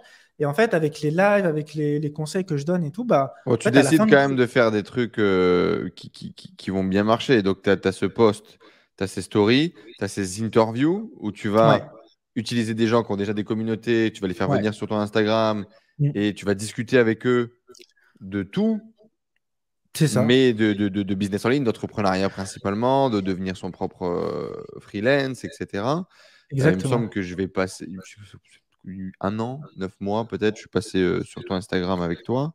Ouais, Euh, et du coup, dans l'objectif de construire ta communauté. de Ta construire vision, ma elle, communauté. ta vision, elle est claire, c'est construire une Ouais, communauté de CM c'est ça. et ça a Et marché. de vendre des coachings. Mais ça, Et on de le vendre voit des pas. coachings. C'est pas écrit sur la porte, presque, j'ai envie de te dire. On ressent vraiment ce truc plutôt de communautaire que de commercial. Alors, Tu vois ce que je veux tu dire? vois, T'as pas une tête de Dan Lok. Tu vois ce que je veux dire ou pas? ouais, mais en même temps, d'un autre côté, tu vois, tu sais, sur Instagram, tu as ton nom d'utilisateur, Mhm, c'est le arrobase. Donc, moi, c'était mhm, Yacine Caïs. Et tu as le nom du compte en gras. Et en fait, moi, pour marquer le coup et marquer le positionnement, j'ai mis le coach DCM. mhm, Tu vois, dès le premier jour, j'ai mis le coach. J'avais pas de client, mais je m'étais positionné le coach DCM. Donc forcément, si tu te positionnes en coach DCM, c'est que derrière, tu vends des coachings ou qu'il y a un mhm. accompagnement Ouais, je derrière. suis d'accord avec Même toi. si il n'y avait pas un post qui disait mon coaching c'est tant ou il y a ça dedans, tu vois, voilà. Et donc, Ouais, t'as une approche de la vente, en tout cas, qui était plus à travers le contenu, à travers la relation, ah oui, oui, oui, voilà, plus c'est ça, qu'autre chose. Et c'est peut-être ça complètement. qui m'a fait. Ouais. Oui, voilà, c'est ça. C'est ça. C'est en fait, c'est apporter le maximum de valeur, créer des relations. Et s'il y a quelqu'un dans le lot qui est inspiré par ce que tu racontes et qui sent le besoin de se faire accompagner, bah, de toute façon, tu vas discuter avec lui, tu vas faire un appel et puis ça va se faire. Donc voilà, moi, Mhm, c'était ça, en fait, la méthode. Et en fait, ce qui se passe là, c'est que. Donc là, on est au mois d'août. Donc je fais mon premier mois. Et en fait, je kiffe. C'est-à-dire que je rencontre plein de gens. Je rencontre des community managers, mais je rencontre d'autres coachs business, je rencontre des spécialistes d'Instagram, etc. Et c'est là où je me dis, tu arrives à voir euh, les vrais défauts, en fait. Ceux qui ont un vrai background et ceux qui viennent de se lancer il y a 3 jours. Et en fait, mhm. rapidement, entre gens qui, on va dire, ont une expérience, on se connecte en fait. Et c'est ça aussi que je dis, c'est que si tu veux te lancer sur Instagram aujourd'hui, il faut pas que tu restes dans ton coin. Il faut que tu connectes avec des gens qui ont déjà des audiences, etc. Et en fait, on va s'aider entre nous, on va s'expliquer comment ça se passe, on va se faire des lives entre nous, etc. Et donc, je connecte en fait avec plein de gens et je trouve ça Qui te passionnant. C'est des ressemblent, du gens. coup, des gens qui ont des expériences en community management, des gens qui ont des expériences en communication, en agence avant, et qui se lancent en indépendant ou qui sont indépendants. C'est principalement ce genre Ouais, de c'est ça. Et profil. puis même des gens qui, eux, sont coachs depuis beaucoup plus longtemps que moi. Voilà, mais je rencontre vraiment des gens trop bien. Et je me dis, OK, en fait, Instagram, il y a un truc, je vais m'investir à fond là-dedans. Et en fait, ce qui se passe, c'est que bah, du coup, tu vois, là, je me lance en août. Je crois que je vends mon premier coaching en septembre, puis en octobre. Et en fait, je vendais des coachings à l'époque. Alors, je crois la première fois, je le vendais à 1 500. Et le deuxième coaching, et rapidement, je suis passé à 2 000 € le coaching. Et en fait, en novembre, bah, j'en vends 5. Et du coup, je fais 10K. Je fais 10 000 €. Et moi, dans ma tête, je m'étais dit, mais 10 000 €, mais c'est un truc de fou. Genre, jamais je vais faire 10 000 € dans ma vie, quoi. Mhm. Et là, en novembre, en fait, voilà, je fais 10 000 € en plus en vendant du coaching. Donc, c'est-à-dire pas avec une entreprise qui va te payer 2 000 €, mais en fait, tous les jours, elle va t'appeler et tu vas créer, tu vas être un esclave, en fait, concrètement. Mhm. Là, c'était vraiment Ouais, c'est pas du done for you, c'est du conseil, c'est de la stratégie, c'est du coaching c'est du done for you et t'as une relation totalement c'est pas du done for you, tu as une relation complètement différente avec la avec ton personne. client. Ouais.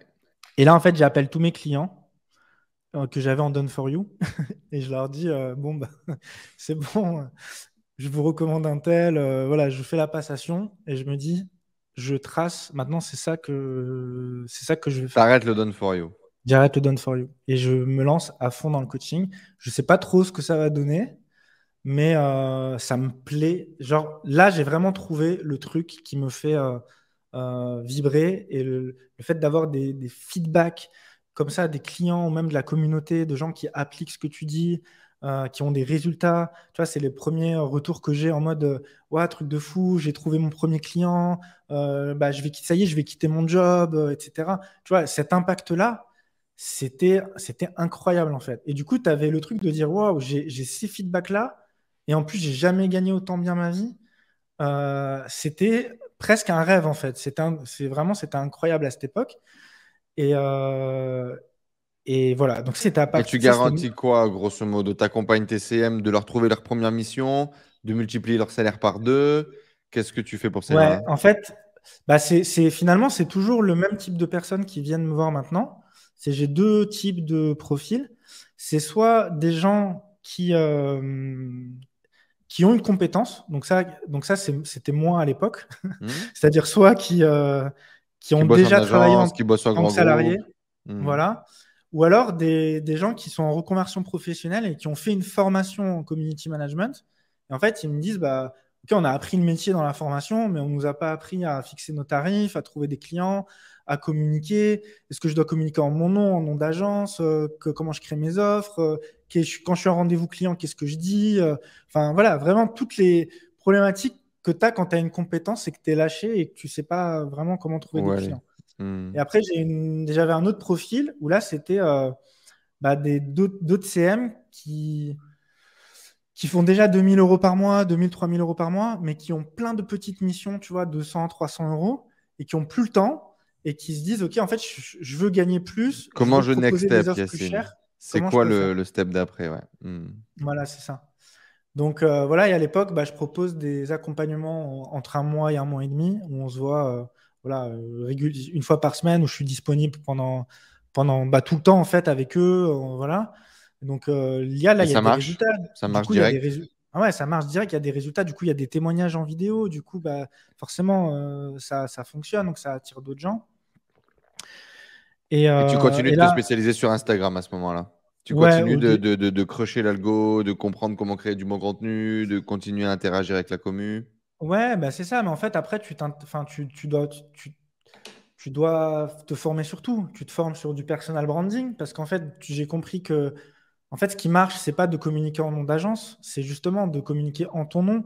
Parce que quand un client il veut bosser avec un freelance, il a besoin de le voir, de l'entendre, de voir comment il pense, parce qu'il voilà, il va faire confiance à une personne, il va lui confier à une personne.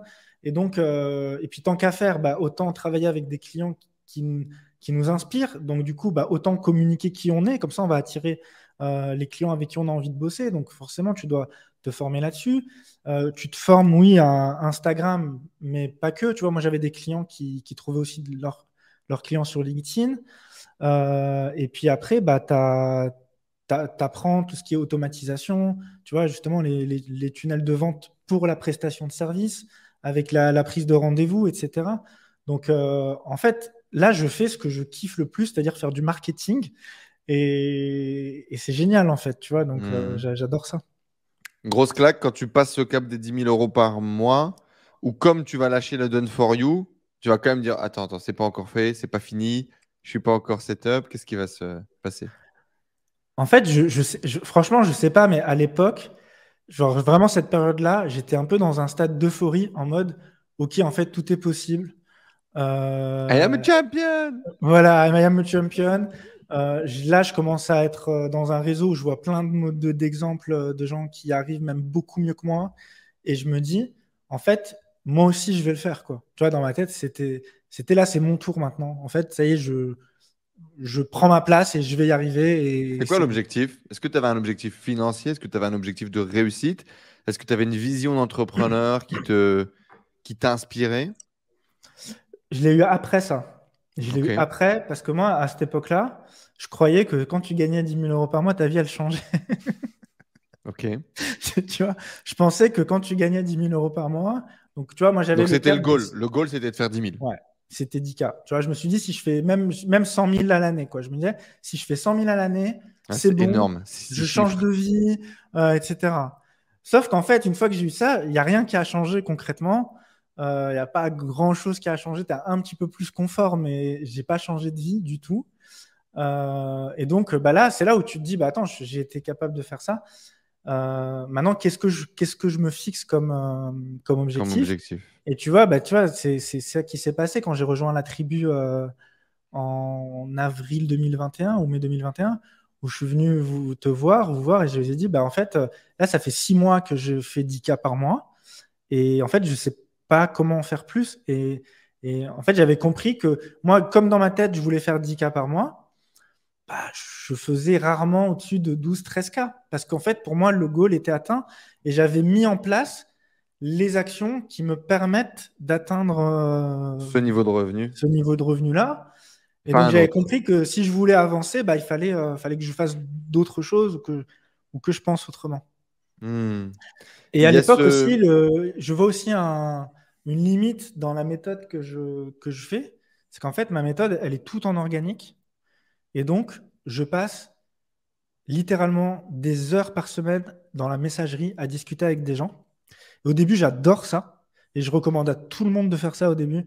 Parce que c'est en ayant fait ça que j'ai compris, mais vraiment à la perfection, mon avatar, comment il pense, ses questions. Toutes les questions possibles qu'il peut se poser, je les ai vues 50 fois, etc. Bah, puis même, dans tous les cas, qui commence, mais même la relation que tu as construite avec ta communauté, euh, la puissance Oui, de oui, la oui, relation, elle est basée là-dessus. Alors, on en parlera juste après, exactement. mais tu as réussi à faire un lancement webinaire qui a bien marché, etc. On est quasiment sûr à 80% que c'est cette relation, Ouais, que c'est les gens savent que Yacine, on peut compter sur lui. Le mec, on a des questions, il est dispo, et tu t'es fait aimer, entre guillemets, du peuple, si je peux appeler ça comme ça, parce que, justement, tu discutes, tu échanges, tu partages, carrément. etc. Et puis j'adore ça aussi. J'adore ça Mhm. aussi. Mais en fait, il y a un moment donné où je me dis, par exemple, si jamais je veux Ah, c'est comme couper tout, un. quoi. Quand tu fais ça 6 heures par jour. Ouais, mais tu sais, même si je me dis, si jamais j'arrête, je ferme Insta, je décide de partir en vacances, de faire Insta, j'ai pas de rendez-vous. Ouais. Parce que les rendez-vous, je les prends dans la messagerie, en fait. Tu vois, donc j'ai besoin de parler avec des gens pour qu'il y ait des rendez-vous qui se calent. Et c'est très rare. Alors maintenant, j'en ai de plus en plus, mais c'est très rare à l'époque. La personne va sur mon site, réserve un rendez-vous et tout, il y a toujours ce truc de la discussion. Ouais, donc, à ce moment-là, tu te dis, si j'arrête, tout va disparaître. Ouais, ouais, ouais. Bah, alors, en fait, justement, pour éviter ça, tu vois, j'avais quand même anticipé, c'est-à-dire que à l'époque, j'ai investi dans une rédactrice web qui me fait des articles de blog. Et aujourd'hui, tu vois, ça fait un an, je commence à avoir les fruits. Genre, par Mhm. exemple, aujourd'hui, si tu tapes appel découverte, freelance, tarif, community manager, quand même des mots-clés qui me ramènent pas mal de trafic, bah, je suis hyper bien positionné et ça va s'améliorer. Donc, tu vois, Mhm. dès le début, tu vois, je Tu réinvestissais quand t'étais même dit, OK, là-dedans. il faut quand même créer un autre système. C'est ça. J'ai créé un groupe Facebook qui est quand même assez actif. Il y a tous mes clients que j'avais eu en individuel, je les ai basculés sur un canal Telegram. Donc, Mhm. tu vois, donc j'avais compris qu'il fallait capitaliser sur cette impulsion voilà, Pour pour aller faire au quelque niveau chose suivant. voilà, de plus long terme. Mais dans ma tête, j'avais quand même cette barrière bah là, je voyais pas comment je pouvais vendre mes coachings plus cher. Je voyais pas comment je pouvais avoir plus de rendez-vous. Donc j'étais un peu, voilà, je voyais pas trop en fait l'horizon qui pouvait y T'arrivais à avoir ton nouveau après, plafond quoi. de verre, quoi. C'est ça, Est-ce qu'à ce c'est ça, moment-là, tu c'est te ça. considérais comme un entrepreneur? Ça y est? Ouais, ouais, Ouais. ouais, ouais. Qu'est-ce qui avait changé? À ce moment-là, qu'est-ce qui a changé entre l'ancien Yacine qui était salarié et ce nouveau Yacine qui gagne 10 000 € par mois et qui est entrepreneur? Je pense qu'il y avait le cap symbolique, tu vois, du montant, Hmm. du chiffre d'affaires, tu vois. Genre là, c'est pas un coup de chance ou quoi, voilà, on arrive à un Je l'ai montant fait, qui, c'est voilà, répété, il est acquis. c'est Hmm. ça.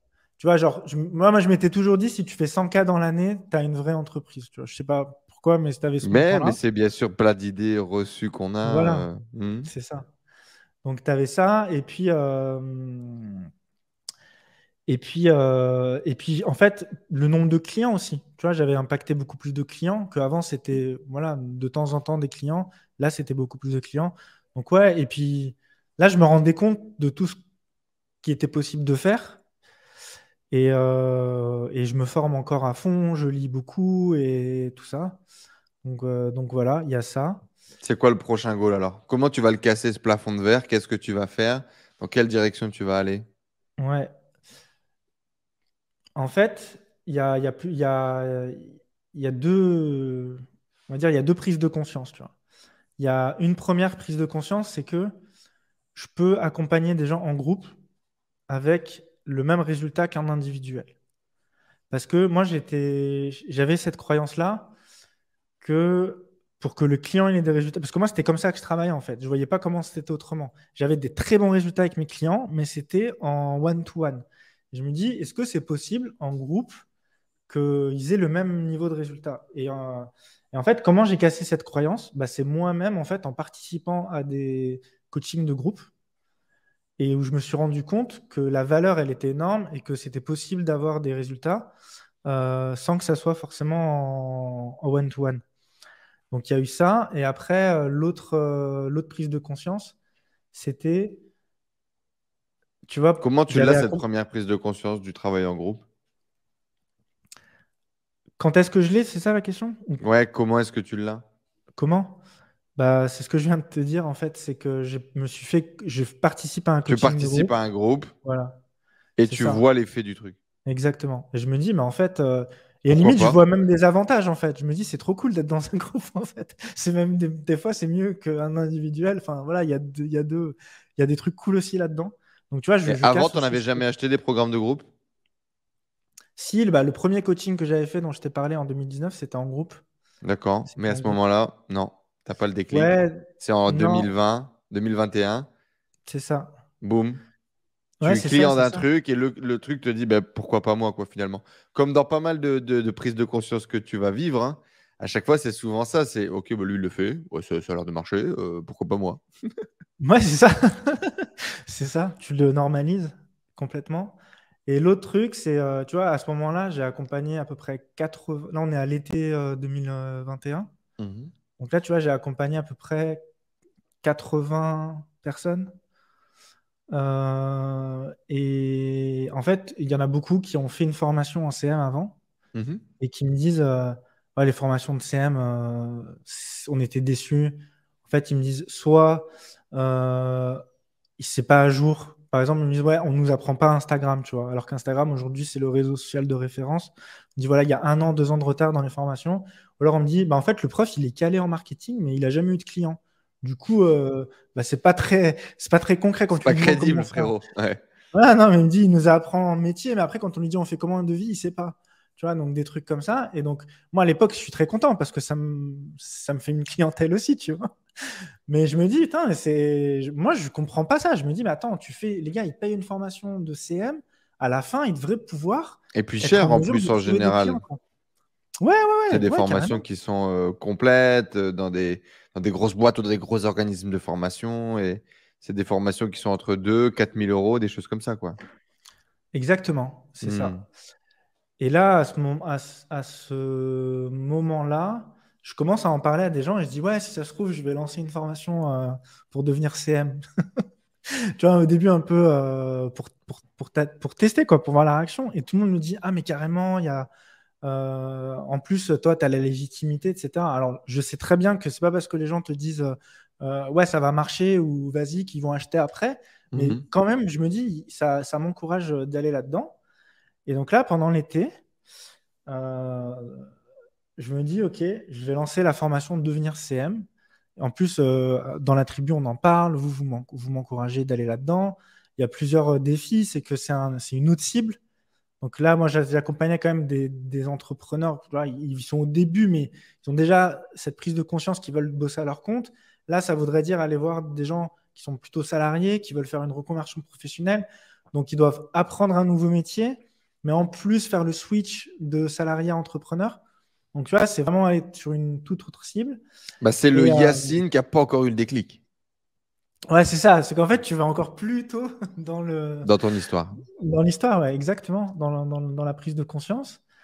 Et je me dis, mais ok, en fait, tu vois, Tu vas nouveau. devenir ce Marvin. Voilà, c'est ça. Tu deviens leur Marvin Ouais, à eux. peut-être, Ouais. peut-être. Mais tu vois, d'un autre côté, je me dis, nouveau challenge marketing, nouveau Mhm. challenge, tu vois. Là, tu vas pouvoir partir de zéro sur une cible et t'éclater à créer tout le truc de zéro, tu vois, redéfinir un avatar, définir un positionnement, faire une promesse, acquérir du trafic, tu vois. Et je me dis, putain, c'est ouf. Et en plus, ça va être dans. Tu sais, mine de rien, la niche des community managers est super concurrentielle. Il y a Ok. plein de formations là-dedans. Et je me dis, tu vois, c'est quand même aussi un défi de se dire ça. Et donc, Est-ce en que fait, je ce vais que y je fais, arriver? ouais, je me dis, je vais y arriver. Ce que je fais, c'est que, donc, en août 2020, 2021. Donc, on est 1 an après que je m'étais lancé sur Instagram avec mon compte Yacine Caïs. Là, je crée un deuxième compte qui s'appelle Devenir CM. Et là, tout de Super, suite, super branding, se dit en passant. merci. Bah, je remercie Chloé parce que Chloé, en fait, c'était une cliente qui était venue me voir et qui m'avait demandé de l'aider à développer son business. Et je m'étais rappelé que elle avait un truc, tu vois, elle a un truc sur l'animation de communauté. Et en fait, quand j'ai voulu lancer ce compte-là, j'ai tout de suite pensé à elle. Et je l'ai appelée, je lui ai dit, est-ce que ça te dit de m'aider à lancer la prochaine meilleure formation pour les CM? Elle me dit, mais carrément. Donc, du coup, elle m'a aidé à créer le compte Instagram, la ligne édito. Et on est parti tout de suite sur un truc. Voilà, on voulait être à la fois hyper concret dans les conseils, en mode, voilà, si tu viens sur le compte, ce qu'on te raconte, c'est pas du bullshit, c'est du vécu et c'est directement applicable. Et d'un autre côté, on voulait être hyper drôle, décalé, en mode on se prend pas la tête. Pourquoi? Parce que c'est dans la culture, c'est la culture Anecdote de CM, quoi, dans cette idée. anecdote de CM. Mais tu sais, les CM, Hmm, c'est un peu des geeks, il y a un peu la culture web, etc. bien Donc sûr. tout ce qui est mème, et tout ça. Et donc on part là-dessus. Et le truc aussi que je fais, c'est que je contacte en fait tout mon réseau de CM et je leur dis, on fait des collabs, on fait des reels en collaboration. Ce qui fait que sur le compte, il n'y a pas mon visage et celui de Chloé. Enfin, il y a mon visage, celui de Chloé, mais il y a plein de visages en fait de De plein de CM. community managers, de CM que j'ai accompagnés. Et du coup, en fait, le compte, il est super vivant. Il y a du conseil, c'est drôle. Il y a des collabs, il y a plein de choses. Et donc, du coup, en fait, en 3 mois, on prend 2000 abonnés alors que ça m'avait pris 1 an pour le premier compte. Forcément, ça m'avait aidé la communauté. Et donc, en fait, l'idée, c'était, on va lancer la formation à la fin 2021 et on commence à créer la communauté en août. Donc, au début, ça démarre comme ça. Et donc, après, on arrive au lancement de la formation. C'était là, il n'y a pas longtemps, finalement. C'était en novembre. On a fait novembre-décembre. Mhm. Et au début, je me rappelle parce qu'on fait des hot seats dans la tribu. Et donc, on fait le point régulièrement. Donc, les hot seats, pour ceux qui ne savent pas, c'est tu viens avec une problématique et tu as tous les entrepreneurs du mastermind qui te donnent son avis, qui te donnent des conseils, etc. Je me rappelle, moi, j'étais venu vous voir et je vous avais dit, bon, je vais faire mon lancement dans 1 mois. Mon objectif, c'est de faire 50 000 euros. Donc, 50 000 euros, ça faisait 25 ventes à 2K. Et je t'avais dit, je vais investir 1 000 euros en publicité et je vais faire un webinaire, quoi. Et tu Mhm. m'as dit, OK, Yacine, tu crois que. En gros, donc là, si tu m'as dit, si je comprends bien, tu veux faire 50 000 euros de chiffre d'affaires et investir 1 000 euros. Je t'ai fait, ouais. Tu m'as dit, t'es sûr? Hop, j'ai compris le truc. Tu m'as dit, non, tu vas pas faire un webinaire, tu vas en faire 3. Et tu vas investir au moins 3 000 euros de pub.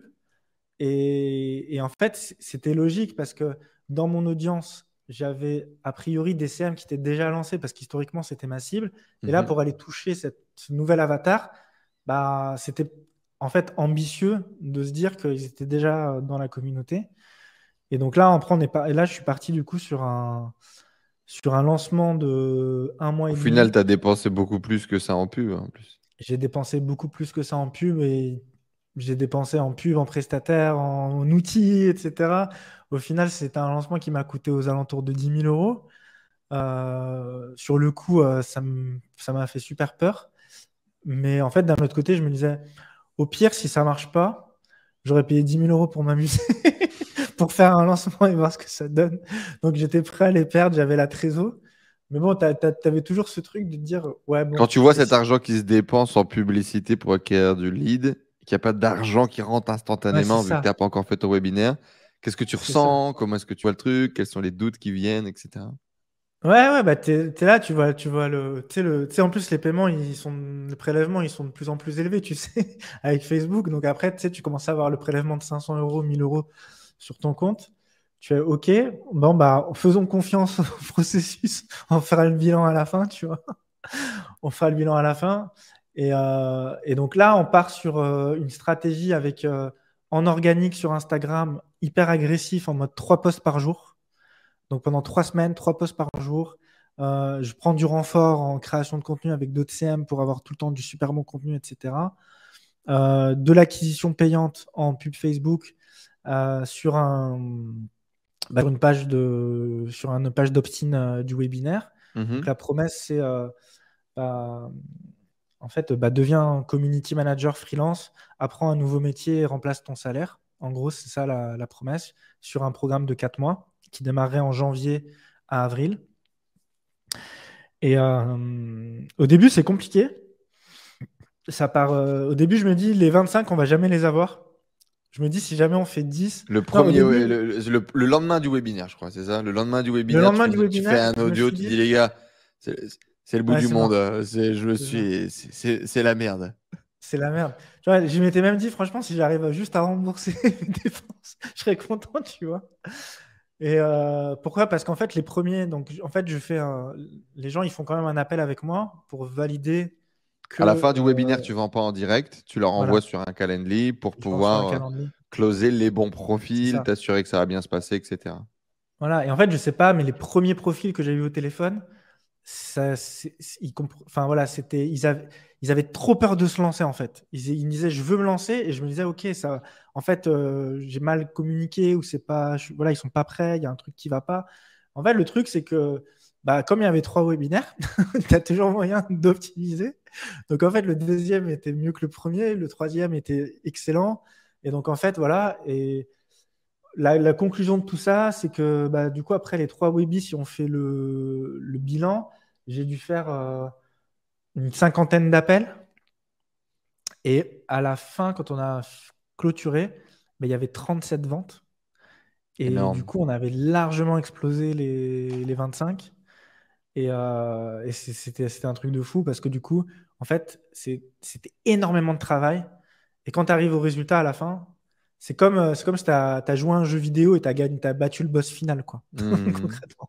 Tu vois, ça y est, tu as plié le game, tu as réussi le truc.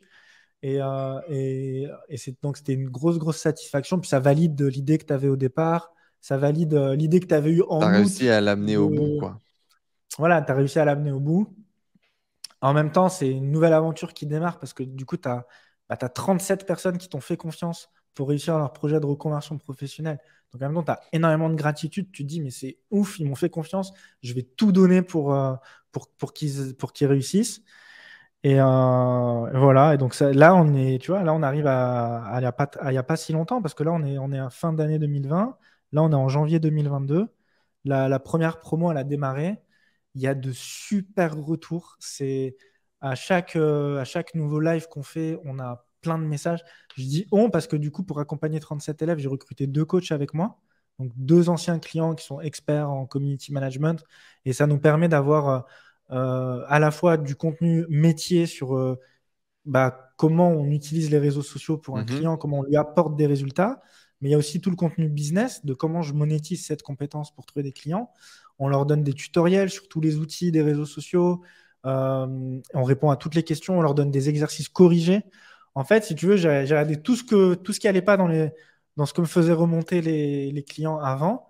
Et en fait, on a fait vraiment la formation idéale que je pense on aurait tous aimé avoir au début quand on s'est lancé pour avoir toutes les clés en main. Et là, pour l'instant, on a de super retours. On est au début. Et, T'étais c'est salarié top. terrorisé de quitter ton job, jusqu'à gagner 10 000 € par mois en freelance, jusqu'à faire 70 000 € sur un lancement en 30 jours. Mm. Qu'est-ce qui t'a permis de faire ces étapes-là? Pourquoi est-ce que ça a marché pour toi? Parce que tu as quand même encore beaucoup de gens qui se lancent dans le CM qui n'arrivent pas. Tu as beaucoup de gens qui se lancent dans la formation et l'accompagnement qui n'arrivent pas. Pourquoi Yacine Case a réussi? Je pense qu'il y a. Alors, je pense que c'est une succession de prises de conscience. Et je pense que c'est des décisions que tu prends à un moment donné. Tu vois, quand je t'ai raconté, tu vois, j'avais 23 ans, que je rentre dans l'agence de com, que je commence à découvrir, tu vois, qu'il y a une transformation digitale qui est en train de se faire, tu vois, je me dis, OK, je vais être bon là-dedans, en fait. Moi, je vais être bon Hmm. là-dedans et je vais faire en sorte que.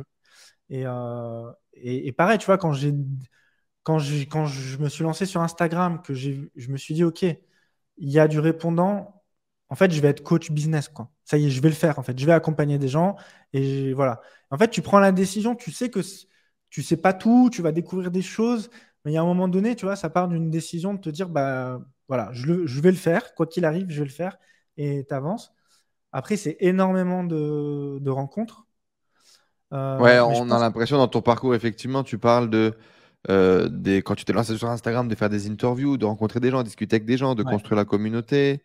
Il y a ce truc de discussion en direct. Je pense ouais. passer beaucoup de temps à parler avec les gens, à prendre le temps, à comprendre leurs problèmes, là, essayer de les aider. Pareil, quand tu as lancé Devenir CM, tous les gens qui sont community managers, qui étaient des clients, qui gravitent autour de toi, venez, on crée quelque chose Mm, ensemble, on va se donner de la mm, force. On a l'impression quand même que la communauté t'a aidé à structurer ton chemin. Ça a été aussi des prises de conscience, tu le disais tout à l'heure, quand tu découvres, tiens, t'as lui quand il fait du coaching en groupe, ça marche aussi bien, c'est pourquoi pas moi. Et on a mm. l'impression quand même que euh, le terreau et les gens avec lesquels tu travailles ont beaucoup influencé ta capacité à faire des next steps à chaque fois? Ouais, mais complètement. Mais je pense que moi, c'est ça aussi que j'adore dans mon métier. C'est de la rencontre, l'échange avec les gens. Tu vois, moi, je pourrais pas faire un business tout seul derrière mon ordinateur, parler à personne et faire rentrer de l'argent avec des tunnels de vente en automatique et tout. Tu vois, je serais malheureux, tu vois. Hmm. Il y a besoin d'avoir ça. Et tu vois, bah, même toutes les prises de conscience que j'ai moi aussi au fur et à mesure, bah, j'essaie de les retransmettre aussi. Parce que je sais que si c'est des choses qui, moi, m'ont débloqué, ça peut aussi débloquer les autres.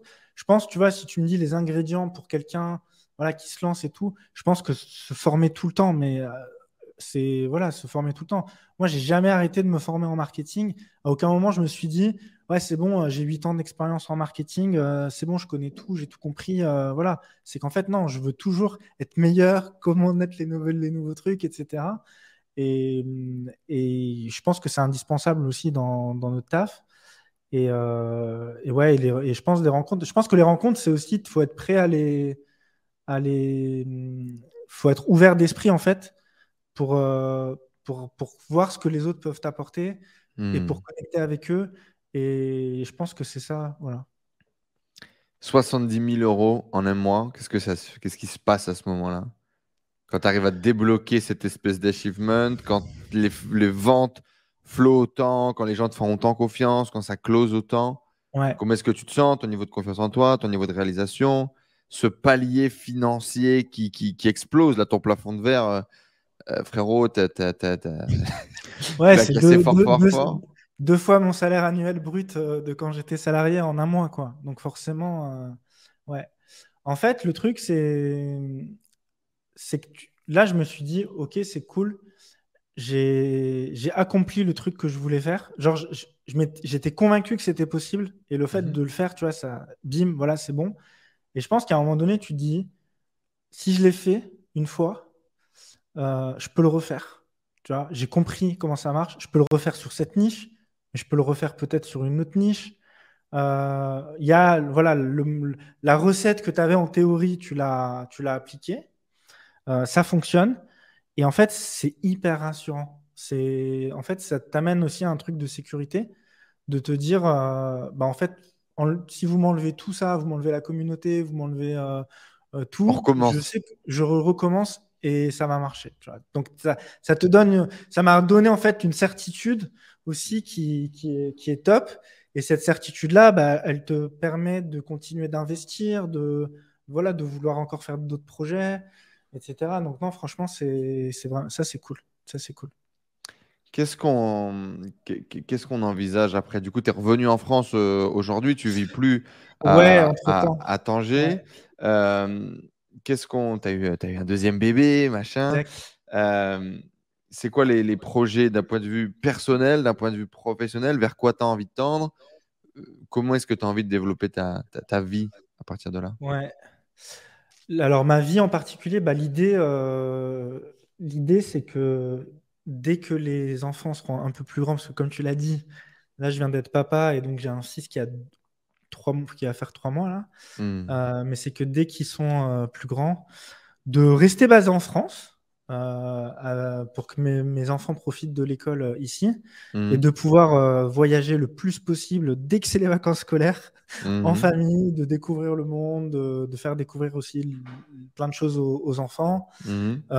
et puis surtout de continuer de kiffer quoi. Vraiment. voilà, en fait, continuer sur cette lancée-là, de continuer de kiffer, c'est ça l'idée. Donc, enseigner, coacher, continuer de partager, en tout cas, il y a de fortes chances que ça soit basé là-dessus. Complètement. Tu vois, aujourd'hui, du coup, bah, mon cœur, tu vois, l'essence des personnes qui viennent me voir, c'est des community managers, mais j'ai aussi de plus en plus de coachs, de consultants, de freelance qui sont pas forcément dans le marketing et qui aussi bah, sont un peu inspirés par bah, ce que j'ai construit sur la niche des community managers. Mhm. Et ça me fait, j'adore aussi, tu vois, transmettre à ces personnes-là. Du coup, bah, j'ai un peu ces deux casquettes-là. C'est de continuer à aller le plus loin possible dans la niche des community managers pour aider bah, aussi bien ceux qui n'ont pas encore les compétences à se créer un nouveau métier, quitter leur job et aller dans ce domaine-là. Les personnes qui sont déjà lancées euh, à trouver plus. Dupliquer ta méthode peut-être à un moment donné au marketeur, justement. Et comment est-ce que j'ai construit? Comment devenir community manager? Essayer d'en faire une méthode peut-être et l'enseigner aussi à son tour à un moment donné? Bah ouais, voilà, mais je pense que tu as bien résumé, mais oui, ça serait ça l'idée, ouais. Bah, c'est déjà ce que je fais et j'adore faire ça aussi, donc ouais, Du marketing et de l'humain, quoi, en tout cas. j'aime bien. Qu'est-ce que dirait le Yacine à Sciences Po qui se fout de la gueule des mecs qui font du commerce avec ses potes en te voyant Je pense aujourd'hui qu'il se dire foutrait de ah ma ouais, gueule. moi je viens de faire 70 000 € bande d'has-been. Putain, une fois sur une de mes pubs, j'avais mis un témoignage où je montrais un CM qui disait bah, qu'il générait 5 000 € par mois. Mhm. Et tu vois, pour moi, 5 000 € par mois, j'ai des clients. Tu vois, là, j'ai une cliente, elle a fait 17 800 € en 2 mois. Donc, tu vois, même 5 000 € par mois, c'est même pas le. C'était raisonnable, en fait, par rapport à d'autres. Et le mec, en commentaire, il a mis ouais, 5 000 € par mois. Mais quel community manager peut faire ça? Même le community manager du CAC 40, il gagne pas autant. Et je pense qu'en fait, qu'est-ce que tu vois, c'est qu'à un moment donné, si tu es fermé, que tu veux pas le voir parce que si tu l'acceptes, ça veut dire que en fait toi tu as raté quelque chose. Donc tu préfères te dire que ça n'existe pas pour finalement considérer que ta situation elle est pas si nulle que ça. Et je pense que je le voudrais pas le voir. Je me dirais non mais c'est pas possible, il y a un truc qui a pas. De toute façon, moi l'année prochaine je vais avoir mon augmentation. Tu vois, je pense que j'aurais cette T'aurais mentalité là. très bien pu, ouais. Peut-être qu'en rencontrant Marvin, t'aurais pu te dire non, non, mais il doit y avoir une connerie. Moi, voilà, je vais avoir mon augmentation l'année prochaine, je vais Ouais, gagner c'est ça. plus et ça va bien se passer. Il y a une réalité C'est ça. certainement dans laquelle tu as fait ça d'ailleurs. Exactement. Réalité parallèle dans laquelle tu es resté bosser là-bas et puis C'est tu y es ça. toujours, peut-être. Dans cette réalité Dans le parallèle. job, ouais, Ouais, ça dans se le trouve, ouais. job, dans la Ouais, réalité ouais, dans un parallèle, tu autre vois. monde. Ouais. Ouais, c'est possible. C'est quoi aujourd'hui ta vision de la vie parfaite? Comment est-ce que tu crafterais ta vie parfaite? Ça, c'est les questions à la Enzo, ça. Les questions à la Enzo. Euh, je pense que la vie parfaite, c'est une vie où tu as un métier qui donne du sens à ta vie, que tu fasses pas un métier que tu subis ou que tu fais pour ramener de l'argent, pour gagner ta vie, etc. Mais genre que vraiment ton métier, c'est le projet de ta vie, c'est ton projet. Tu vois, je pense qu'on a tous besoin d'avoir un projet. Si tu n'as pas de projet, tu t'emmerdes dans la vie, donc tu as besoin d'avoir un projet important. Et je me dis, tant qu'à faire, bah, autant que ce projet-là, ça soit aussi ce qui te fait gagner ta vie, comme ça, bah, tu fais tout d'un coup, quoi. Donc, je pense que Super. pour avoir une vie parfaite, il faut un projet important voilà, qui te nourrit dans tous les sens du terme. Je pense qu'il faut avoir un équilibre, tu vois, au niveau de la santé, du sport, voilà, des choses que je travaille, tu vois. J'aimerais bien avoir plus de temps pour faire mes routines, mon yoga, plus de sport, etc. Et en fait, à chaque fois que je suis dans des périodes où je le fais, je me sens beaucoup mieux. Donc, je pense que ça joue un rôle super important. Ouais. Et en fait, je pense que la vie parfaite, c'est aussi une vie où tu es entouré de ta famille, de tes enfants, ou pas. D'ailleurs, si tu n'as pas envie, c'est OK, mais voilà, de gens de ta famille et de gens qui font qui comprennent ce que tu fais, qui t'inspirent, qui te tirent vers le haut. Et voilà. En gros, c'est très simple. Finalement, peut-être c'est basique ce que j'ai dit, mais voilà. Et je pense que petit à petit, je me rapproche un petit peu de cet idéal-là. Donc, il n'y a pas besoin de grand-chose finalement. C'est beau? Est-ce qu'on est entrepreneur ou est-ce qu'on le devient? Ah oui, c'est vrai. Putain, quand t'avais dit ça à Tougan, il t'avait insulté. Mais dis, fais chier que tes questions de merde. Rien à foutre, moi, de ces putains de philosophie. Moi, je me pose pas la question, je fais les choses. Ouais, non, il a dit franchement, si jamais ils veulent pas se lancer dans l'entrepreneuriat, bah tant pis pour eux. C'était un peu hardcore. Bah, je pense que moi, je suis la preuve qu'on n'est pas. Qu'on n'est pas. C'est que, voilà, c'est à un moment donné, tu as des prises de conscience. Et voilà, ce que je disais, moi, ça m'a pris du temps. Ça m'a pris jusqu'à 28 ans. T'en as, ils vont l'avoir à 15 ans. Et je pense de plus en plus maintenant, avec l'accès à l'information et tout, tu peux avoir 15 ans, découvrir ça. Alors que nous, à 15 ans, on avait que les bouquins, quoi. Donc, en On faisait fait, autre chose, quoi. Ouais. voilà, tu pouvais même pas savoir que ça existait. Donc, je pense que tu as besoin d'avoir des prises de conscience Qu'est-ce que tu dirais pour découvrir ça. aux gens qui sont peut-être qui écoutent ce podcast, justement, qui sont community managers, qui sont en agence, qui sont Ouais. en client grand compte et qui se disent non, mais moi, j'ai pas ce truc que tu as, Yacine. Moi, ce truc-là, ce drive, t'as osé, tu vois, quand tu n'étais pas entrepreneur, mais waouh, tu as acheté une maison sans réfléchir, sans trop savoir, tu t'es lancé dans le dropshipping, tu as essayé, tu as fait tes ventes. Là, tu viens de faire un énorme gros lancement. Il y a des gens qui te voient déjà sur un piédestal, il y a des gens qui te voient déjà hyper grand et qui se disent waouh, moi, j'ai pas ce que tu as, Yacine. Qu'est-ce que tu leur dirais? Ouais, mais c'est ça le truc quand tu racontes quand tu arrives à la fin de l'histoire et que tu racontes, tu as l'impression que tout était simple. En Magnifique. fait, bah ouais, mais ça, c'est l'histoire que tu racontes à la fin. Forcément, il y a plein de difficultés.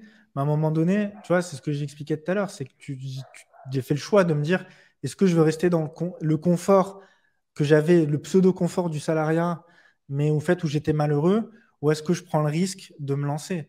Le truc, c'est que, à un moment donné, tu comprends que, tu vois, je vais pas dire la phrase à la con que rien n'est impossible, mais en vrai, si jamais tu as décidé que ça marche, que tu te formes, que tu t'entoures, voilà, c'est pas juste se lancer comme ça, mais se lancer avec un plan d'action, en se renseignant sur ce qui marche, etc. En vrai, pourquoi ça marcherait pas en fait? Pourquoi ça marcherait pas?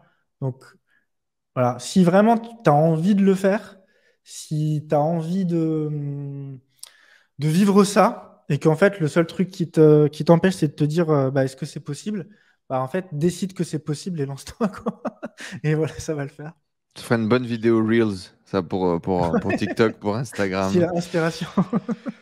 Devenir CM, Yacine Kaïs, merci beaucoup d'être venu partager ton histoire. Yacine, c'est un vrai plaisir d'avoir pu suivre ça, un petit peu de l'intérieur du coup de ma position dans la tribu. C'est vraiment cool. Je pense que ton histoire, elle est vraiment inspirante pour beaucoup de gens, beaucoup de ces gens des années 80 qui justement, même des années 90 d'ailleurs, parce qu'on commence à être vieux, putain, je vais avoir 30 ans. Donc il y a aussi pas mal de gens des années 90 qui sont dans cette posture dans laquelle tu étais il n'y a pas longtemps, qui ont des compétences, qui ont développé des choses, qui travaillent en agence, et qui travaillent dans du grand compte et qui ont perdu cette aventure. Tu as dit les mots. J'avais envie Mm. d'aventure, je me faisais Mm. chier, c'est quand même pas ça la vie. Et on aurait tellement tendance à se résigner, à se dire, mais c'est quand même cool, putain, j'ai de la chance, j'ai un salaire, j'ai une bonne situation, je peux quand même pas me plaindre. Moi, j'ai énormément de gens autour de moi et c'est aussi une histoire qui se racontait dans ma tête, tu vois, j'ai quand même de la chance. En venant du nord de la France, moi, à 20 ans, je gagnais plus de 2 000 € par mois, j'avais une voiture de fonction. Un des premiers trucs, c'est tu as quand même de la chance. Et mon père, en permanence, il te rappelait, tu sais, rappelle-toi quand même que tu as quand même bien grugé le système, frère. Tu t'es trouvé une petite place, genre, t'es fait pas trop le malin. Et le Ouais. truc, c'est qu'on pourrait tellement avoir ce truc de, voilà, on a quand même de la chance, c'est beau. Oui, tu as de la chance. Et puis, il y a peut-être plein d'autres choses qui t'attendent et qui sont bons pour toi et que ça te drive et que tu as envie de le faire. Je comprends beaucoup, Yacine. J'espère que ça va réussir à atteindre vos cœurs, à vous toucher aussi ce truc de prendre une décision, de se dire, OK, mon moteur, ça a été de dire là, oh, putain, c'est pire. Qu'est-ce qui est pire? Avoir la gueule de ce type tous les matins qui m'explique que je dois faire X, Y, Z, ou avoir la peur de est-ce que je vais réussir à gagner suffisamment d'argent pour entretenir ma famille? C'est choisir ses combats, en fait. C'est ça la décision. C'est choisir ses combats. Voilà, bref. Bon résumé.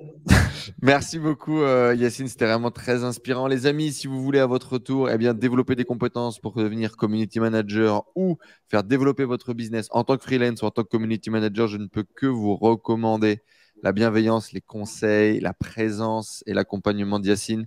On vous mettra un lien dans la description juste en dessous. Logiquement, lors de votre call, vous dites code tribu et vous aurez une offre spéciale rien que pour vous.